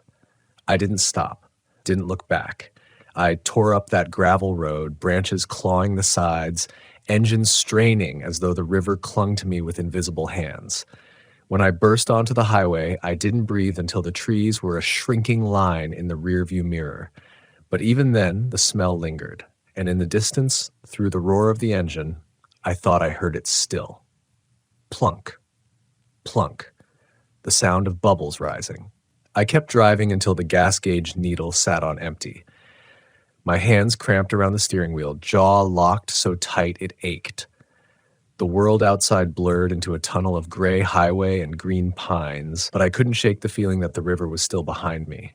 No, not behind, around me, pressed against the glass, sloshing just beyond sight. When the tank finally gave out, I coasted into the parking lot of a roadside diner, brakes squealing, body shaking with the sudden stillness. I sat there for a long time, engine ticking as it cooled, trying to convince myself I was safe. But safe felt like a word I didn't understand anymore. The diner was the kind with flickering neon and a gravel lot half filled with beat-up trucks. The smell of fried bacon and burnt coffee seeped through the walls. So normal it almost hurt. I stumbled inside, boots dragging, eyes bloodshot. A waitress with tired eyes gave me a once-over and slid me into a booth without a word. The place buzzed with morning chatter, truckers swapping stories, a family corralling kids, a radio murmuring country songs. It should have felt comforting. It didn't, because I could still smell it. That river stink clung to me, thick and metallic, seeping from my skin. I caught the waitress wrinkle her nose when she poured my coffee. I tried to drink, but the taste turned my stomach. Bitter, scalding, wrong. I set the cup down and stared at my reflection in the dark liquid. For a moment, just a moment, I didn't see myself. I saw a face pale and bloated, lips parting, bubbles breaking the surface of the coffee as though it were water. I shoved the cup away, nearly knocking it off the table. The waitress glanced over, but didn't come. Maybe she thought I was strung out. Maybe I looked like it. I told myself to leave, to find a gas station, to keep moving. But when I stood, my legs wobbled like I'd been drinking. I steadied myself on the table, trying not to notice the way the floor felt like it shifted beneath me, like I was standing on a dock instead of solid ground. Outside, the lot shimmered under the sun. My RV sat at the far end, dust-coated, mud streaks still drying on its sides. I stared at it, bile rising in my throat. The memory of the pounding underneath, the whisper in my ear, made my skin crawl. But I had nowhere else to go. As I walked toward it, gravel crunching under my boots, I noticed something wrong with the shadows. The sun was high, but the RV's shadow stretched longer than it should have, reaching toward me like a black tongue. I stopped dead, breath freezing in my chest. And then, plunk. The sound came from beneath the vehicle. Not the crack of cooling metal, not a drip of condensation, a bubble breaking. I backed away, heart hammering, and that's when I saw it. A wet trail seeping from under the RV, dark and shimmering, winding across the gravel toward my boots. The smell hit me again, sharp and suffocating. I bolted. Didn't matter where, I just ran. Across the lot, down the side of the highway, lungs burning, legs shaking. Cars whooshed past, drivers staring like I was some lunatic. Maybe I was. But I swear, I heard the sound of water rushing behind me, like the river was following, crawling over asphalt, chasing me with invisible current. I ran until I collapsed in the ditch, gasping, body trembling so violently my teeth rattled. That's when the thought hit me. What if I hadn't escaped at all? What if the moment I set foot in that campground, I stepped into something I couldn't step out of again? Some current that pulled me under, whether I wanted it or not. I don't know how long I lay there, staring at the sky, listening to the faint hiss of traffic, but eventually I heard another sound. A voice. Soft, familiar. My sister's. Danny. It was impossible. She was hundreds of miles away, alive and well. I'd spoken to her the week before, heard her laugh. But the voice that drifted down into that ditch wasn't laughter. It was strained, wet, like it came from someone drowning. Danny. I shot upright. Scanning the highway, the trees, the endless ribbon of asphalt. Empty, just me and the wind. And yet, faintly from somewhere deep, I heard it again. Plunk. I didn't go back to the RV. I couldn't. Instead, I walked. Miles down the highway until my legs nearly gave out again. A passing trucker finally slowed, rolled down his window, asked if I needed a lift. I must have looked half dead because he didn't press when I climbed in and said nothing. His cab smelled like grease and motor oil, blessedly normal. I almost relaxed. Almost. Then he asked where I was headed. And before I could stop myself, I said the name of that campground. I hadn't meant to. The word just slipped out, heavy on my tongue like it had been waiting there. The trucker gave me a strange look but nodded, muttered something about having heard of it. I forced a laugh, told him no, wrong place. I meant somewhere else. He shrugged, turned his eyes back to the road. But my stomach dropped. Because when I looked out the window, I swore I saw water running down the glass. Not rain, just thin streams trickling upward against gravity, leaving trails like fingers clawing their way inside. I shut my eyes. When I opened them again, the glass was dry, but the smell was back. The further I got from the river, the more I realized distance didn't matter. It was with me now, woven into my skin, my breath, the beat of my heart. I could hear it in the silence between passing cars, feel it in the weight of my dreams when I closed my eyes at night. Always the same, faces beneath the surface, mouths moving, bubbles breaking. I don't know if I escaped that place or if I just carried it with me. But I know this, rivers don't let go of what they take, and sooner or later, the bubbles always rise. I don't know how many nights I've lost since then. I stopped counting somewhere after the second week of waking in sweat, heart racing, convinced the mattress beneath me had turned soft and wet. Convinced the floor under my bare feet would give way to black water. I left the RV behind, parked it at a storage lot with rusting boats and busted trailers, and walked away with just a duffel bag. I thought leaving it there would sever the thread, break whatever tether bound me to that place. But rivers don't care about distance. Even now, as I sit in a borrowed room hundreds of miles from Lost Pines, I can hear it. Not always, not loud, but in the stillness between breaths, I catch it. The faintest plunk, like water rising through a crack in the floorboards. Sometimes I think it's in me now, like the water found a way past my skin, like I've been carrying it all along, every time I've opened my mouth, every time I've swallowed and felt that bitter metallic taste on my tongue.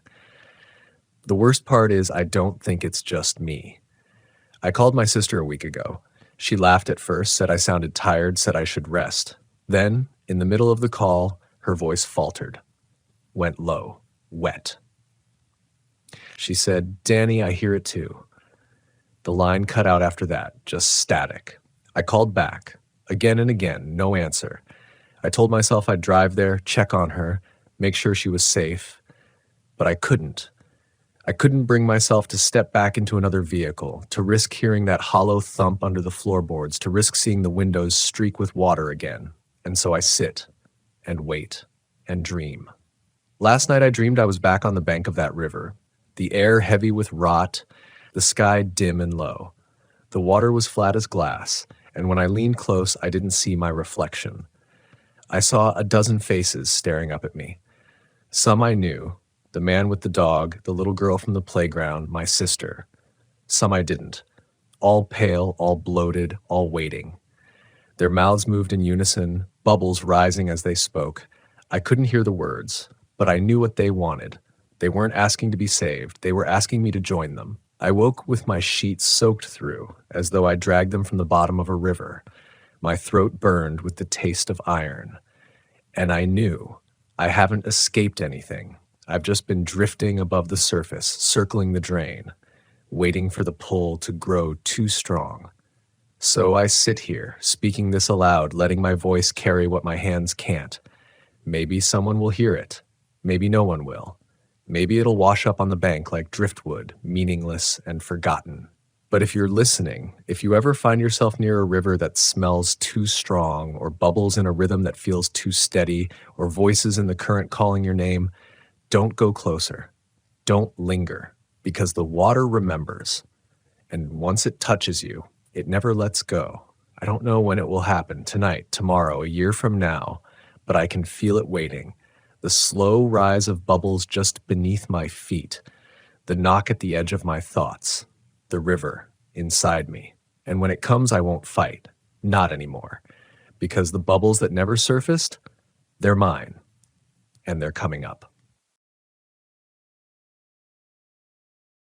I've been reading through the messages, the comments, the stories you've sent me late at night. Those questions about what's really dangerous out there on the road when you take your RV into the wild.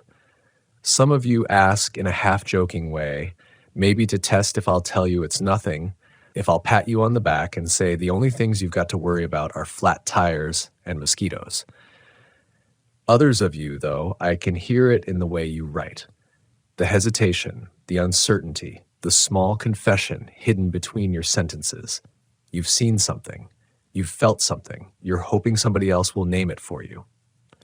And that's why I'm here, sitting in the dark, speaking this into the silence like it's both a warning and a prayer. Because when you ask me about the dangers of RV camping, I don't start with rattlesnakes or faulty brakes. I start with what happens when the night gets so quiet, you realize the quiet itself isn't natural. I start with the way your skin prickles before you've even seen the shadow that's staring back at you. I'll give you an example. Years ago, before I even thought about putting these stories out to the world, I drove my old Volkswagen camper deep into New Mexico. There was this lonely campground near the edge of the desert, a place the maps didn't even bother to name. Just a dirt pull-off with enough space for 2 rigs and a fire pit made of cracked stones. I was young, chasing freedom more than safety, and I thought the emptier the place was, the better. That night, the air dropped colder than I expected. The stars overhead were endless, a sea of silver dust spilling across the black sky, and for a while I just sat with it, letting the silence press in. It felt like peace, at least at first, but then I realized the silence wasn't true silence. It was waiting silence. No crickets, no coyotes yipping in the far hills. Even the wind had gone still, as if it was holding its breath along with me. I told myself it was nothing. That's the first lie campers always tell themselves. Nothing. Just my imagination. Just nerves. But when the temperature inside my VW dipped low enough that I could see my breath, even though the forecast had promised mild desert air, I felt that old instinct tighten in my gut. Something was off, and I ignored it. I crawled into my sleeping bag, zipped it all the way up, and tried to sleep. Tried until I heard the tapping. Not a branch against the van. Not my imagination. A deliberate, measured tap, 3 beats against the side panel, right beneath the small window where my head rested. I didn't move, didn't breathe. My mind started racing with all the rational explanations. Maybe a rock slipped loose. Maybe it was just the metal contracting in the cold. But then it came again. 3 taps. Same rhythm, same place. I reached slowly for my flashlight, the kind with a heavy metal grip, and held it tight in my fist like a weapon. I thought about throwing open the door, about yelling out to prove I wasn't scared. But you learn fast on the road. When you don't know what's out there, sometimes silence is your only shield. So I lay there counting the taps that came and went like a heartbeat I couldn't control. By morning, the frost on the windshield had bloomed in strange shapes, circles overlapping circles like fingerprints pressed in from the outside. There were no tracks in the dirt, no sign that anyone had walked near my van. And yet, I knew something had. That's the kind of danger you can't prepare for with a checklist. You can't buy gear to protect you from it. It's not in the pamphlets at the RV dealership. But it's real. And every single one of you who's written to me, wondering why the woods felt heavier than they should have, why the shadows seemed to breathe, what you felt wasn't foolishness. It was the first warning. I learned to listen after that, learned that the land itself can be an enemy, not because it wants to hurt you, but because it doesn't care if you vanish into it. In Colorado, I camped beside a ridge where the trees grew so close together it felt like a wall. That night I swore I heard my name whispered through the pine needles. I told myself it was the wind, until the whisper came again, clearer this time, and it used the name nobody out there should have known. The name only my mother called me when I was a child. You ask me what's dangerous about RV camping? It's that every empty place holds memories of those who didn't come back, and sometimes the land repeats them through you. It's not always that obvious, though. Sometimes danger wears the face of hospitality. Like the time in Arkansas when an older man waved me down as I was driving past a near-empty RV park. Said he had hookups, a safe spot, a discount just for travelers like me. Everything in me told me to keep going, but the sun was dipping low, and fatigue does strange things to your judgment. So I pulled in. The place was too quiet, too neat. Every RV park there looked abandoned, curtains drawn, doors shut tight. The man led me to a space near the center and said he'd bring me a welcome drink once I settled. I never saw him again that night, but I did see the way the shadows from the other rigs moved. Jerky, delayed, like figures trying to mimic normal human gestures. A half second too late. I didn't stay until dawn. I left in the dead of night, headlights off until I hit the highway, and I never looked back. You'd be surprised how many stories like that I've heard from you. You tell me about RV parks where every camper looks occupied, but no one ever comes outside. About trails where the same stranger waves to you twice in two different places. About campfires that burn too long, their smoke twisting into shapes you don't want to name. And here's the truth I've learned. The real danger of RV camping isn't just what you see. It's what tries to convince you that you didn't see it at all. The world of asphalt and deadlines has dulled our instincts, but out here, under the stars, those instincts wake up fast. That cold drop in your stomach, that tightening in your chest when the woods go silent, that's not weakness. That's survival telling you to listen. Because sometimes the most dangerous thing about RV camping is believing the lie that it's only about freedom. It's not. It's about risk. Every mile you drive, every night you park in the middle of nowhere, you're bargaining with forces older than the road itself. Some of them are natural. Storms, cliffs, wildlife. Some of them aren't. And if you've felt them, you already know. Once you've heard that knock against your window, once you've seen the shape outside your circle of firelight, you can't unknow it. I don't share these memories to scare you away from the road. I share them because so many of you have written the same line to me. I thought I was the only one who felt it. You're not. None of us are alone in this, even when it feels like the wilderness swallows every trace of us whole.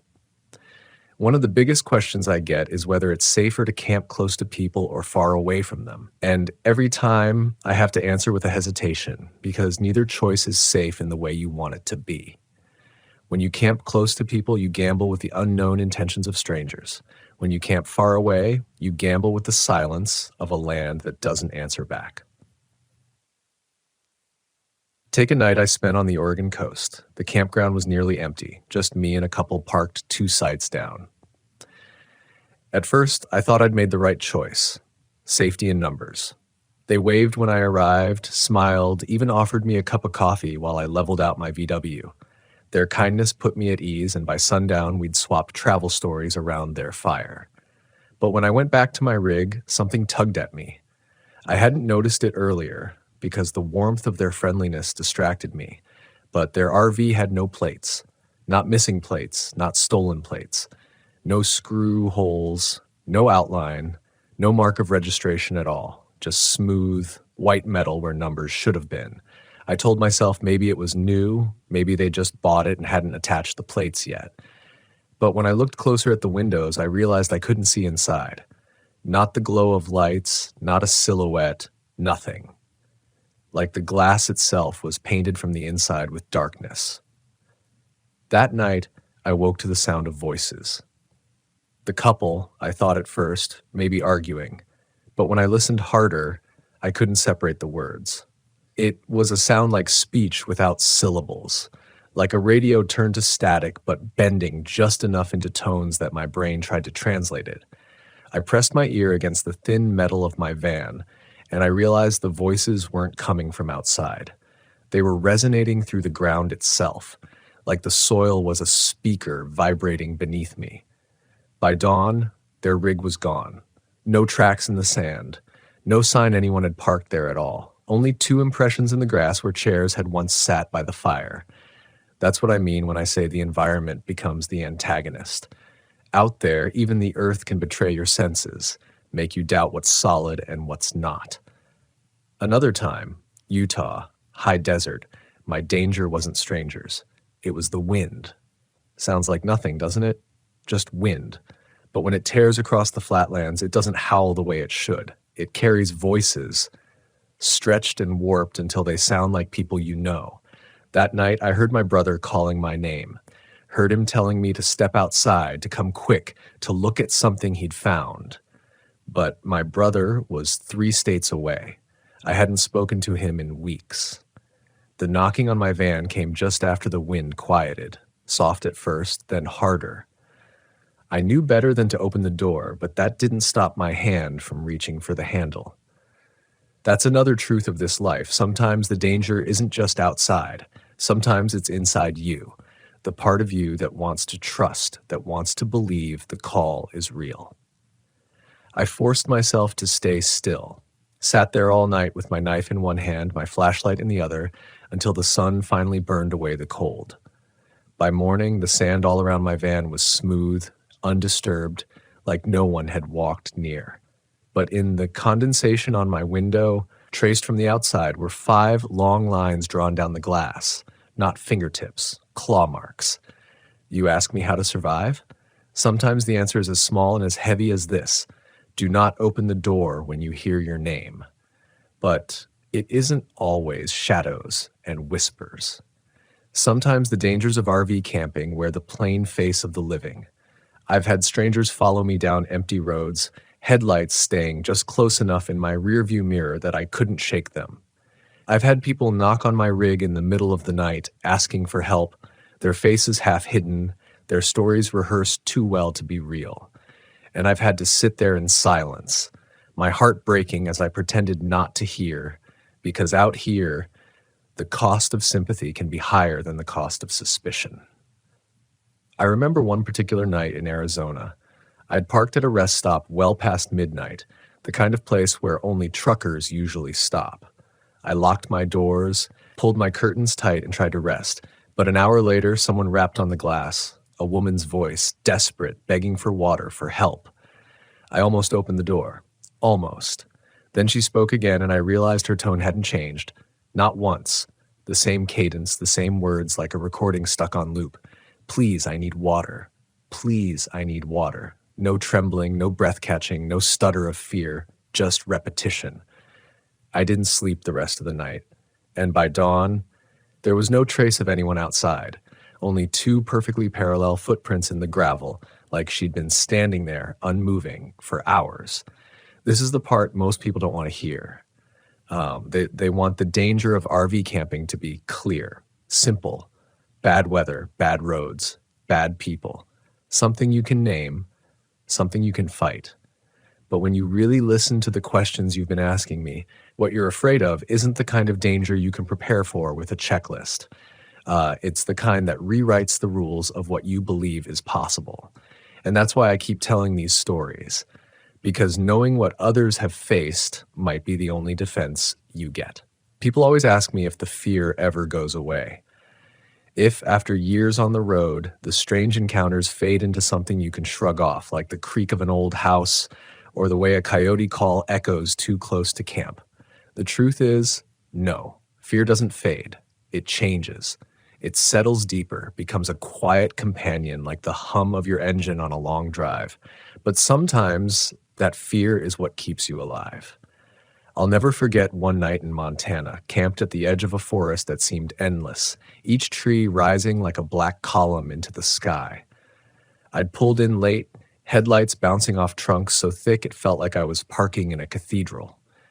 The ground was soft with pine needles, and the air smelled sharp, resinous, almost medicinal. I told myself it would be a good place to sleep. I made a small fire, cooked a quick meal, and let the night settle in around me. But as I sat there, I noticed something unsettling. No matter how long the fire burned, its smoke never rose straight. It bent sharply toward the trees, like it was being pulled, drawn toward the forest, as if something out there was inhaling it. I tried to laugh it off, but the unease only grew. I heard a sound then, not an animal, not the crack of a branch, but a low hum. It didn't come from one direction. It came from everywhere at once, as though the forest itself was vibrating. That's when the fire snapped, sending a burst of sparks into the air, and for a fraction of a second I saw them. Shapes in the tree line, not human, not animal, just darker patches of black, standing too still, too vertical, like cutouts pasted against the forest wall. My instincts screamed at me to put the fire out, to kill the light that marked me as a target, but another part of me knew, whatever was out there already knew I was here. So I stayed awake, gripping the handle of my flashlight like it was a lifeline. The humming deepened, pressing against my chest until I thought my ribs would crack. Then, just as suddenly, it stopped. The forest went silent again, the smoke straightened, and when dawn broke, there was no trace of anything unusual. But I left that place with a lesson carved into me. Sometimes the environment doesn't just surround you, it notices you. And when it does, you better be ready. Not long after, in Wyoming, I camped near a canyon that locals had warned me about. They said people heard echoes there that didn't belong to them. I brushed it off, thinking echoes were just physics, sound waves bouncing off stone. But when you've lived out here long enough, you learn that science doesn't always explain the whole story. I tested it, shouting a word into the canyon, expecting to hear it bounce back. Instead, the echo returned with a different word. I couldn't even tell you what it was. It wasn't English, wasn't anything I recognized, just a harsh clipped sound like stone grinding on stone. My blood went cold. I shouted again, louder this time, and the reply came back faster, closer, like it wasn't bouncing but speaking. That night, the canyon didn't let me rest. Every time I closed my eyes, I heard my own laughter echoing back at me, but distorted, stretched into a low, mocking tone like someone else had stolen it. By morning, I swore I saw my own shadow standing against the canyon wall, moving just a fraction out of sync. When you hear people say, "Don't camp where the land doesn't want you," this is what they mean. Some places aren't just empty, they're occupied, even if you can't see by what. But not all danger comes from landscapes or whispers. Sometimes it's tied to the history of the places we choose to stop. RV parks in particular carry stories you'll never find in brochures. One in Nevada sticks with me. It was an old mining town that had reinvented itself into a family-friendly RV stop. Neon signs promised fresh showers, clean hookups, and a safe night's rest. But the moment I rolled in, I felt the weight of its history pressing through the pavement. I parked beside a line of empty rigs, each one spotless, as though frozen in time. Curtains drawn, doors shut, not a sound. The office manager gave me a smile too wide, her voice rehearsed, as if she'd said the same words to countless travelers before me. "You'll be safe here. Just stay in your van after dark." That night, I obeyed her warning. I lay in my bunk, listening, watching through a crack in the curtain. One by one, the doors of those empty rigs opened. Figures stepped out, thin, slow, their heads tilted at strange angles. They didn't speak. They didn't look at me. They just moved in circles around the park, each step perfectly in rhythm, like they were part of some silent procession. I stayed frozen until dawn, and when the sun rose, the doors of those rigs were shut tight again, as if no one had moved. You see, when you ask me about dangerous RV camping, I can't just talk about potholes or bears. The real danger is the kind that makes you question your own eyes. The kind that leaves no evidence except the pounding of your heart and the certainty that if you'd stepped outside, you wouldn't have come back. But here's the paradox I've learned. The very fear that threatens to break you can also sharpen you. It forces you to notice details, to trust instincts, to survive.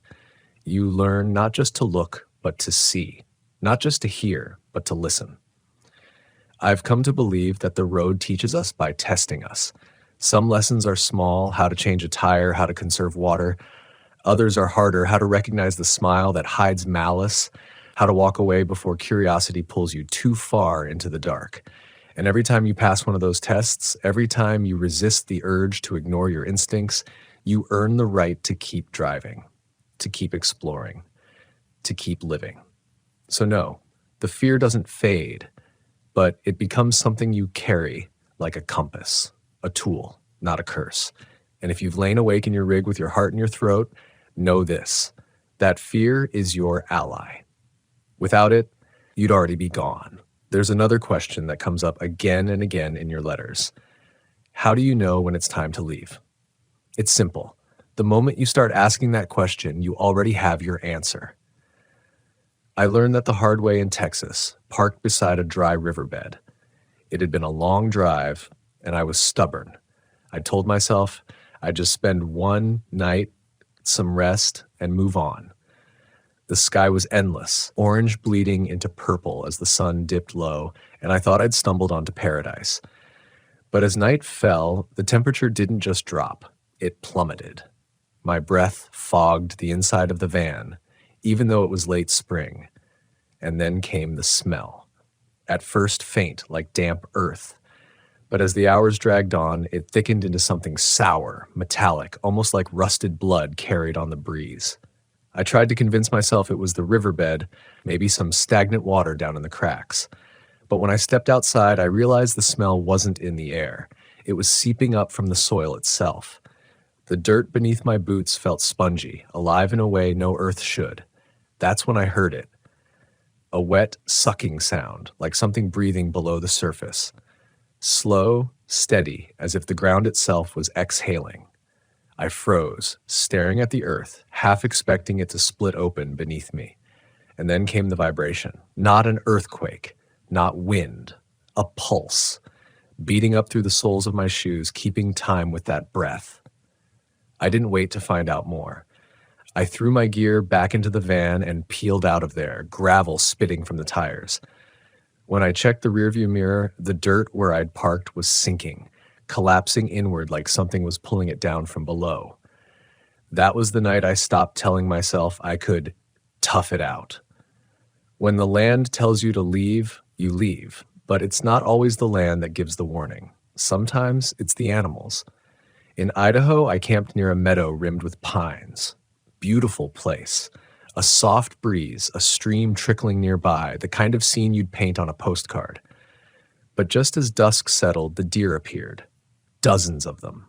At first, I thought it was a gift, wildlife this close, grazing so calmly near my van. But then I noticed their eyes. Every single one of them was staring in the same direction. Not at me, not at the stream, into the tree line. I followed their gaze, squinting into the dark, but saw nothing. And yet, the deer didn't move, didn't graze, didn't twitch an ear.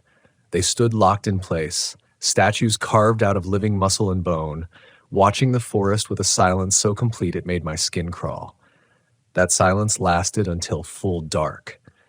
Then, as if on cue, every deer turned its head toward me. Dozens of eyes reflecting in the firelight, unblinking, unbreathing, as if waiting for me to move. I didn't. I climbed into my van, shut the curtains, and prayed morning would come. And when it did, the meadow was empty. Not a hoof print left behind. That's another answer to your question. The animals know first. Trust them. But the truth is, you won't always have the chance to make the right call. Sometimes the danger comes fast without warning, and all you can do is survive it. One night in Tennessee, I parked at a small roadside campground. Just a handful of spaces, a shower house, and a flickering streetlight that buzzed like a trapped fly. I was tired, too tired to keep driving, so I told myself I'd risk it. Sometime after midnight, I woke to the sound of footsteps circling my van. Slow, deliberate, crunching the gravel one step at a time. I lay there holding my breath, telling myself it was just another camper walking to the bathrooms. But the steps never faded. They circled once, twice, 3 times. Finally, I pulled back the curtain just an inch. What I saw still chills me. A figure stood inches from the glass. Not a camper, not even a person the way you and I understand it. Its face was pale, featureless, except for a mouth stretched too wide, frozen in a smile that didn't move with the rest of its body. And yet it made no sound, no breath, no blink, just stood there, circling, circling. I don't remember falling asleep. I don't even remember choosing not to scream. All I remember is waking to sunlight pouring through the window and the gravel outside stamped flat in a perfect ring around my van. That was the night I understood the difference between fear and terror. Fear makes you act. Terror makes you still. And yet here I am, still traveling, still camping, still answering your questions. Why? Why? Because danger doesn't erase the beauty of this life. It only sharpens it. Every dawn feels like a victory. Every mile, another chance to see something no one else will ever see. But I won't lie to you. RV camping carries risks.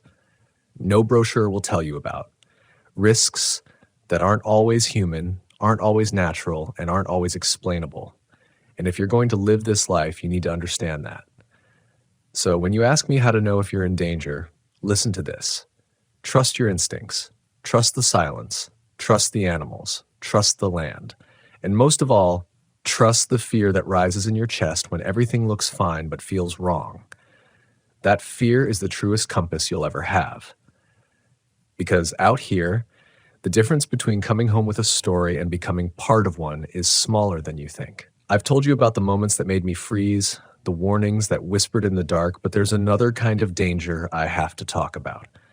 It's the one nobody expects until it's too late. The danger of losing yourself. RV camping isn't just about the places you go. It's about the way those places work on your mind. When you're out there long enough, the wilderness doesn't just surround you, it gets inside you. I realized this on a trip through the Ozarks.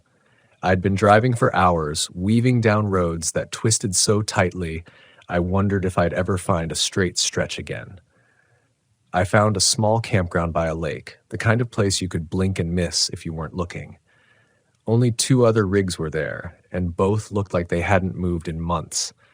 The lake was still, too still, reflecting the trees in a way that made it hard to tell where the world ended and the water began. I parked by the shore, set up my small fire, and tried to enjoy the peace.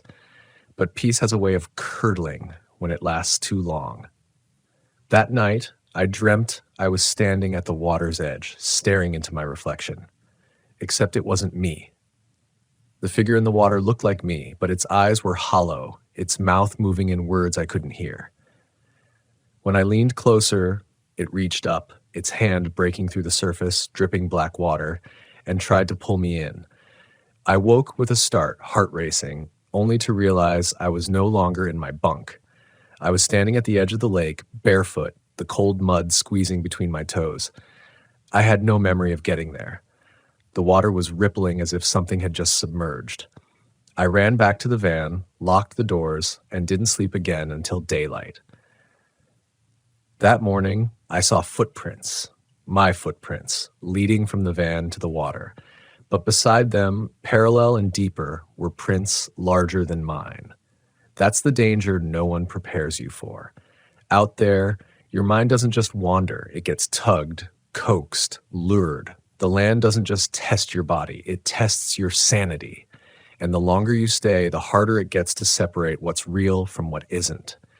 In New Hampshire, I spent 3 days camped in the White Mountains. The trees there are ancient, gnarled, and the air always carries a wet chill that seeps into your bones.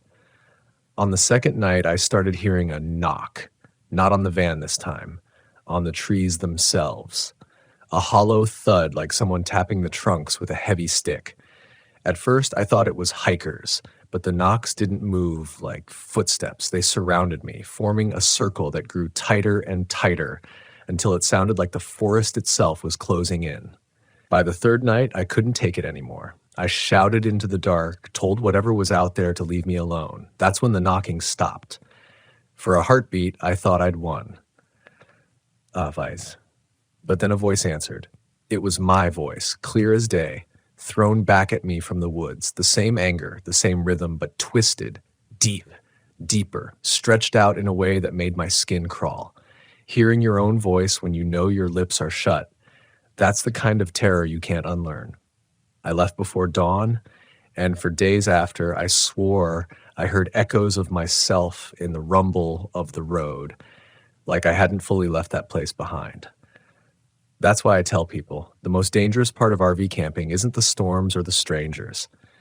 It's the way the wilderness can reach inside you, drag parts of you out you didn't even know existed, and hold them up against the firelight to see if you'll flinch.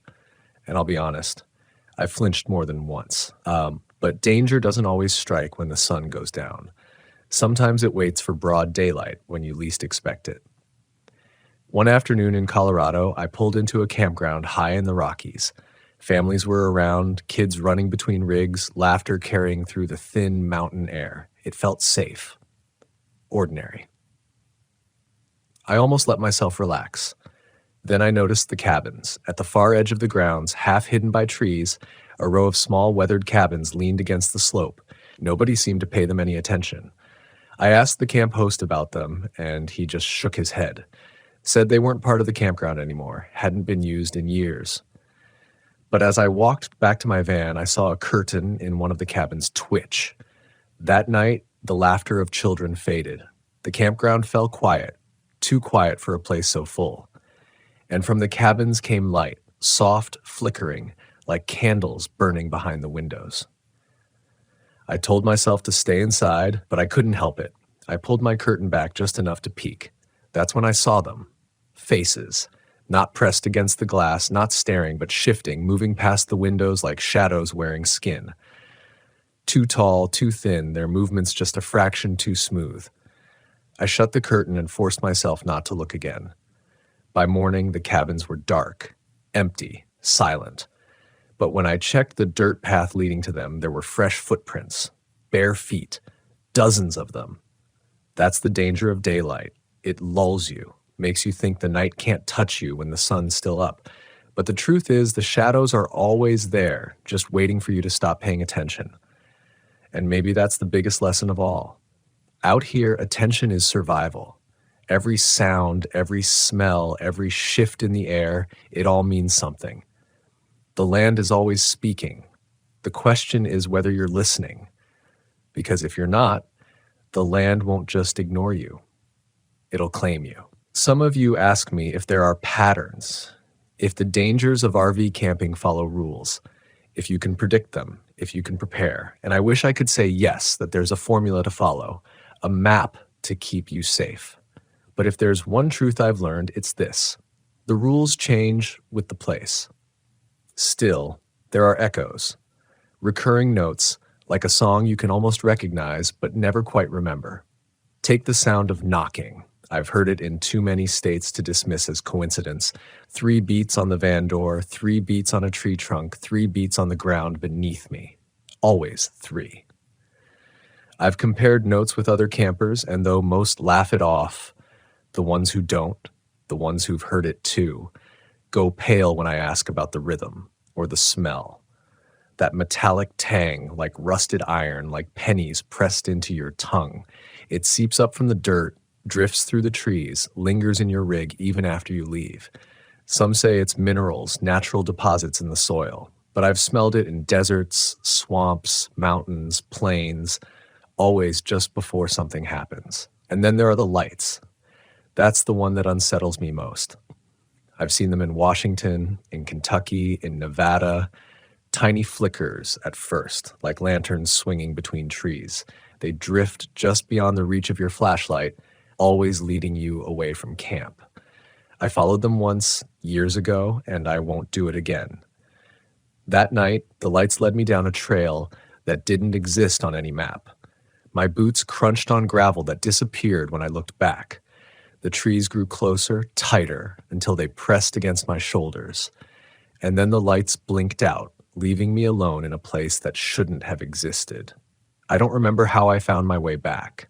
I just remember stumbling into camp at dawn, knees bloodied, clothes torn, my van farther from the fire than I'd left it, as if something had moved it while I was gone. So yes, there are patterns, but they don't guide you to safety. They lure you into danger. And sometimes the danger doesn't even come from what you see or hear. Sometimes it comes from what others tell you. I once camped in a small town in Kansas where the locals were friendly enough at first. They told me about the storms, about the coyotes, about the sinkholes that opened up in the fields. But then one older man, voice low and eyes sharp, leaned across the table and said, "If you hear the train, don't follow it." I laughed, thinking he was joking. The town didn't even have tracks anymore. But that night, camped on the outskirts, I woke to the distant wail of a locomotive. Faint at first, then rising, louder, closer, until the ground shook beneath me. I looked out the window, expecting lights, steel, motion, but there was nothing, just the sound, thundering through the night, and then, faintly, voices calling.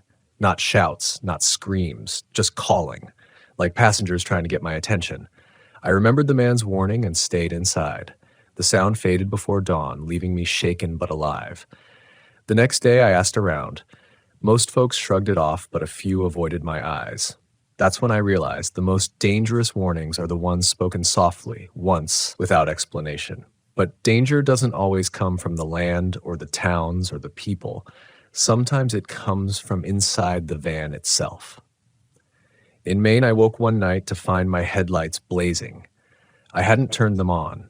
I stumbled outside, confused, only to realize the keys were still in my pocket, and yet the engine hummed, alive, as if waiting. I shut everything off, double-checked the locks, and crawled back into bed. But an hour later, the radio clicked on. Not to static, to a voice. My own voice, repeating the last words I'd spoken before falling asleep. I ripped the wires out the next morning, and for days afterward, the silence inside the van felt heavier than the noise ever had. That's another truth of this life. When you spend long enough on the road, even the walls of your rig can turn against you. And still, I keep driving. Because here's the thing. For every night of terror, there's a morning of beauty that steals your breath. For every shadow that presses too close, there's a sunrise that paints the horizon in colors you didn't know existed. For every voice you shouldn't have heard, there's the wind carrying a song only the wilderness can write. Danger and wonder walk hand in hand out here. You can't have one without the other. And maybe that's why so many of us keep returning, even after the worst nights of our lives. But don't mistake my honesty for reassurance. If you choose this life, you will face the fear. You will question your senses, your sanity, your safety, and you will have to decide in the dead of night whether to stay or run. And sometimes, no matter what choice you make, the land will take its toll. There was one night in particular that still makes my hands tremble when I think about it. Not because it was the loudest or the most violent, but because it was quiet, eerily, perfectly quiet. I was camped in Arizona, near a canyon I'd been told was beautiful at sunset. And it was. The cliffs glowed like burning embers as the sun dipped low, and the desert stretched out like an ocean of red stone. I parked my van on a flat patch of earth, cooked dinner, and settled in. As the stars came out, I noticed something strange. The horizon never went fully dark. A pale light lingered along the ridge, shifting almost like the glow of a town just over the hill. But there was no town. For miles in every direction, nothing existed but desert. I told myself it was the afterglow of the sun, but hours later, it was still there.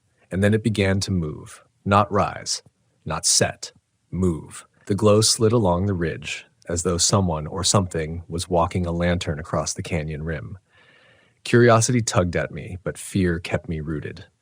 And as I watched, the light stopped directly above my camp. It pulsed once, twice, then vanished. That should have been the end of it. But just before dawn, I woke to a soft tapping on the windshield.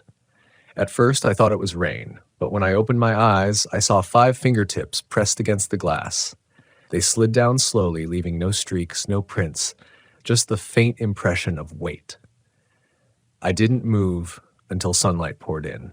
When I finally got the courage to step outside, the ground was undisturbed, but etched faintly into the dust on the hood of my van was a single word: stay. That's when I learned the cruel paradox of the road. Sometimes the danger doesn't want to chase you away, sometimes it wants to keep you. And I think about that word every time I hear from someone who vanished on a trip. People talk about them as if they just got lost, as if they made bad decisions. But I wonder, how many of them didn't choose to stay? How many of them were told to? I saw something similar in California, near a forest where the redwoods rise so tall they blot out the sun. It was damp, moss-covered, the air so thick you felt like you were breathing through cloth. I camped among those giants, and for the first time I felt small. Not in a poetic way, but in a way that made me understand how little I mattered. That night, I noticed carvings in the bark. Circles, spirals, symbols that looked like eyes. Some were fresh, sap still glistening. I thought maybe hikers had made them, but they stretched too high, far above where any human could reach without a ladder. As I stared at them, I heard a sound like wood groaning, deep and low. The trees were moving, not swaying in the wind, moving, their trunks bending ever so slightly toward my van. By dawn, I packed up, ready to leave. But when I turned the key in the ignition, nothing happened. The van was dead. And when I stepped outside, I realized the trees had shifted. Their trunks leaned inward, circling tighter as if trying to cage me. It took hours, sweat, and every bit of stubborn will I had to get that engine to turn over. When it finally roared to life, I floored it out of there, fresh branches scraping the sides, bark falling in sheets against the windshield. In my rearview mirror, I saw the forest straighten again as though nothing had happened. People ask why I keep going back, why I keep telling these stories. The truth is, I don't know if I have a choice. The road is a hunger once you've tasted it. It pulls at you, no matter how many warnings it carves into your skin. But that doesn't mean I walk blind. I've learned to recognize the signs, the stillness that isn't peace, the light that moves when it shouldn't, the echo that doesn't match your voice. Those are the markers of danger, the red flags that tell you the land is watching, and the land always watches. Sometimes I think about the people who didn't come back. I picture them driving the same roads I drive, parking in the same spots, hearing the same whispers.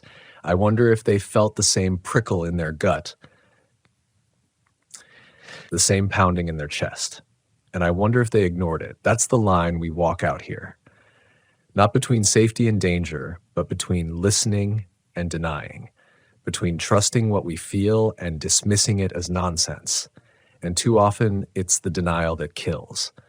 So if you hear me repeating myself, if I sound like I'm preaching when I tell you to trust your fear, it's because I know what happens when you don't. Fear isn't the enemy. Fear is the flare in the dark. Fear is the voice that says, leave now, before the ground swallows you, before the trees bend closer, before the fingertips press against your window again. Out here, fear is the only reason I'm still alive. There's a moment every RVer faces, whether they admit it or not. When you ask yourself if the road is worth the risk, whether the freedom outweighs the nights that leave you staring at the ceiling of your rig, sweating through your shirt, listening for a sound you pray won't come again. I had that moment in Utah, camped at the base of a canyon wall that rose so high it swallowed the stars. I'd driven all day, heat shimmering off the asphalt, the desert stretching endless in every direction. When I finally pulled in, the silence felt like a reward. But that night, I realized silence can be a trap. At first, it was peaceful. Just me, the canyon, and the stars. But as the hours passed, I noticed something wrong. The stars weren't moving, not in their slow, steady arc. They hung frozen as if the sky itself had stalled. I rubbed my eyes, checked my watch, tried to convince myself I was imagining it. But the longer I stared, the more certain I became. Time wasn't flowing the way it should. And then came the sound. A low scrape, metal on stone, echoing from deep within the canyon. It wasn't constant. It came in bursts, long and slow, like something dragging itself across the rock. I wanted to leave, but when I turned the key, the van wouldn't start. No sputter, no click, just silence. And outside, the scraping grew closer. I gripped the wheel, whispering to myself, "Don't move, don't breathe," but the sound stopped just outside my door, and then came the knock. 3 beats. Always 3. I don't know how long I sat there, paralyzed. At some point, exhaustion must have pulled me under, because when I opened my eyes again, the sun was rising, the stars moving again, as if nothing had happened. The van started on the first turn of the key, but the dust on the driver's side door told a different story. A smear, long and deliberate, dragged from the window down to the handle. That was the morning I almost gave up the road. Almost. But something inside me knew walking away wouldn't erase what I'd seen. It would only hand the story to someone else who might not survive it. So I kept going. A week later in New Mexico, I parked near a ghost town, the kind of place where buildings leaned on their last beams, signs swung on rusted hinges, and the air tasted of dust and memory.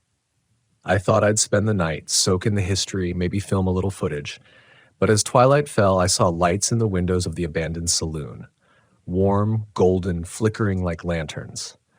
I knew the place had no power, no running water, no reason for lights. Still, I watched as figures moved inside, shadows crossing shadows, tall and thin.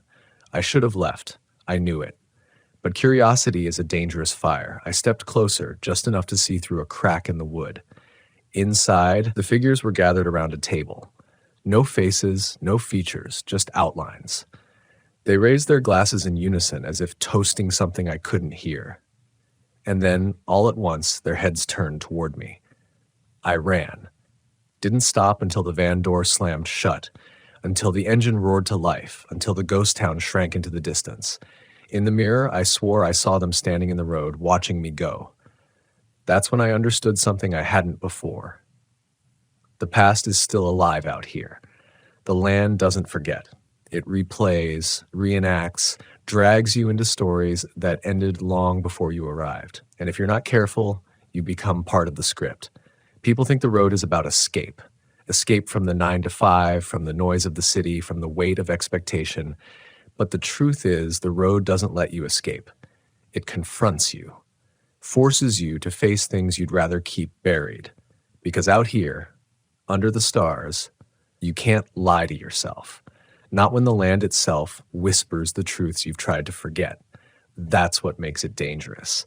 Not just the shadows, not just the whispers, not just the things tapping on your window in the dead of night.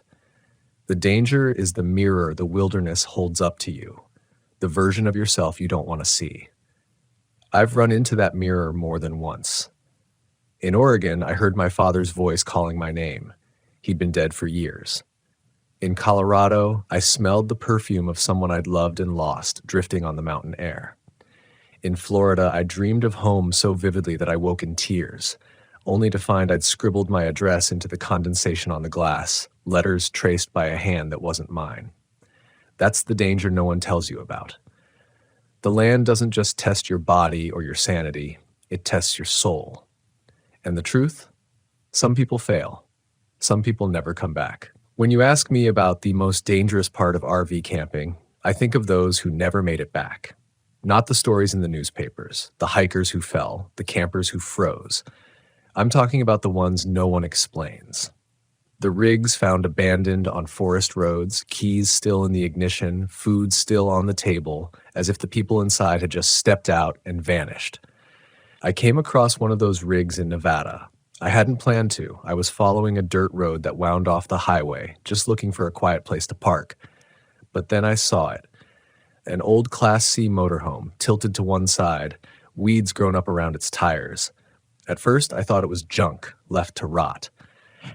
But as I got closer, I saw the door was open. A soft breeze carried a smell out toward me. Stale coffee, old paper, and something else I didn't want to name. I should have left right then. I know that now. But curiosity tugged harder. I stepped inside. The table was set with plates, silverware, cups. Dust coated everything, but the scene looked frozen in time, like a family had been about to eat and never returned. The strangest part was the photos taped to the wall. Dozens of them, all of the same road. A single stretch of highway shot from different angles, over and over, as if whoever lived there couldn't stop looking at it. I left as quickly as I could, heart hammering. But when I got back to my own van, I saw something that made my blood run cold. Taped to my driver's side mirror was a photo of me, standing at the doorway of that abandoned rig, staring inside. I never heard a shutter click. That's the kind of danger you can't plan for, the kind that waits for you to step just an inch too close and then it marks you.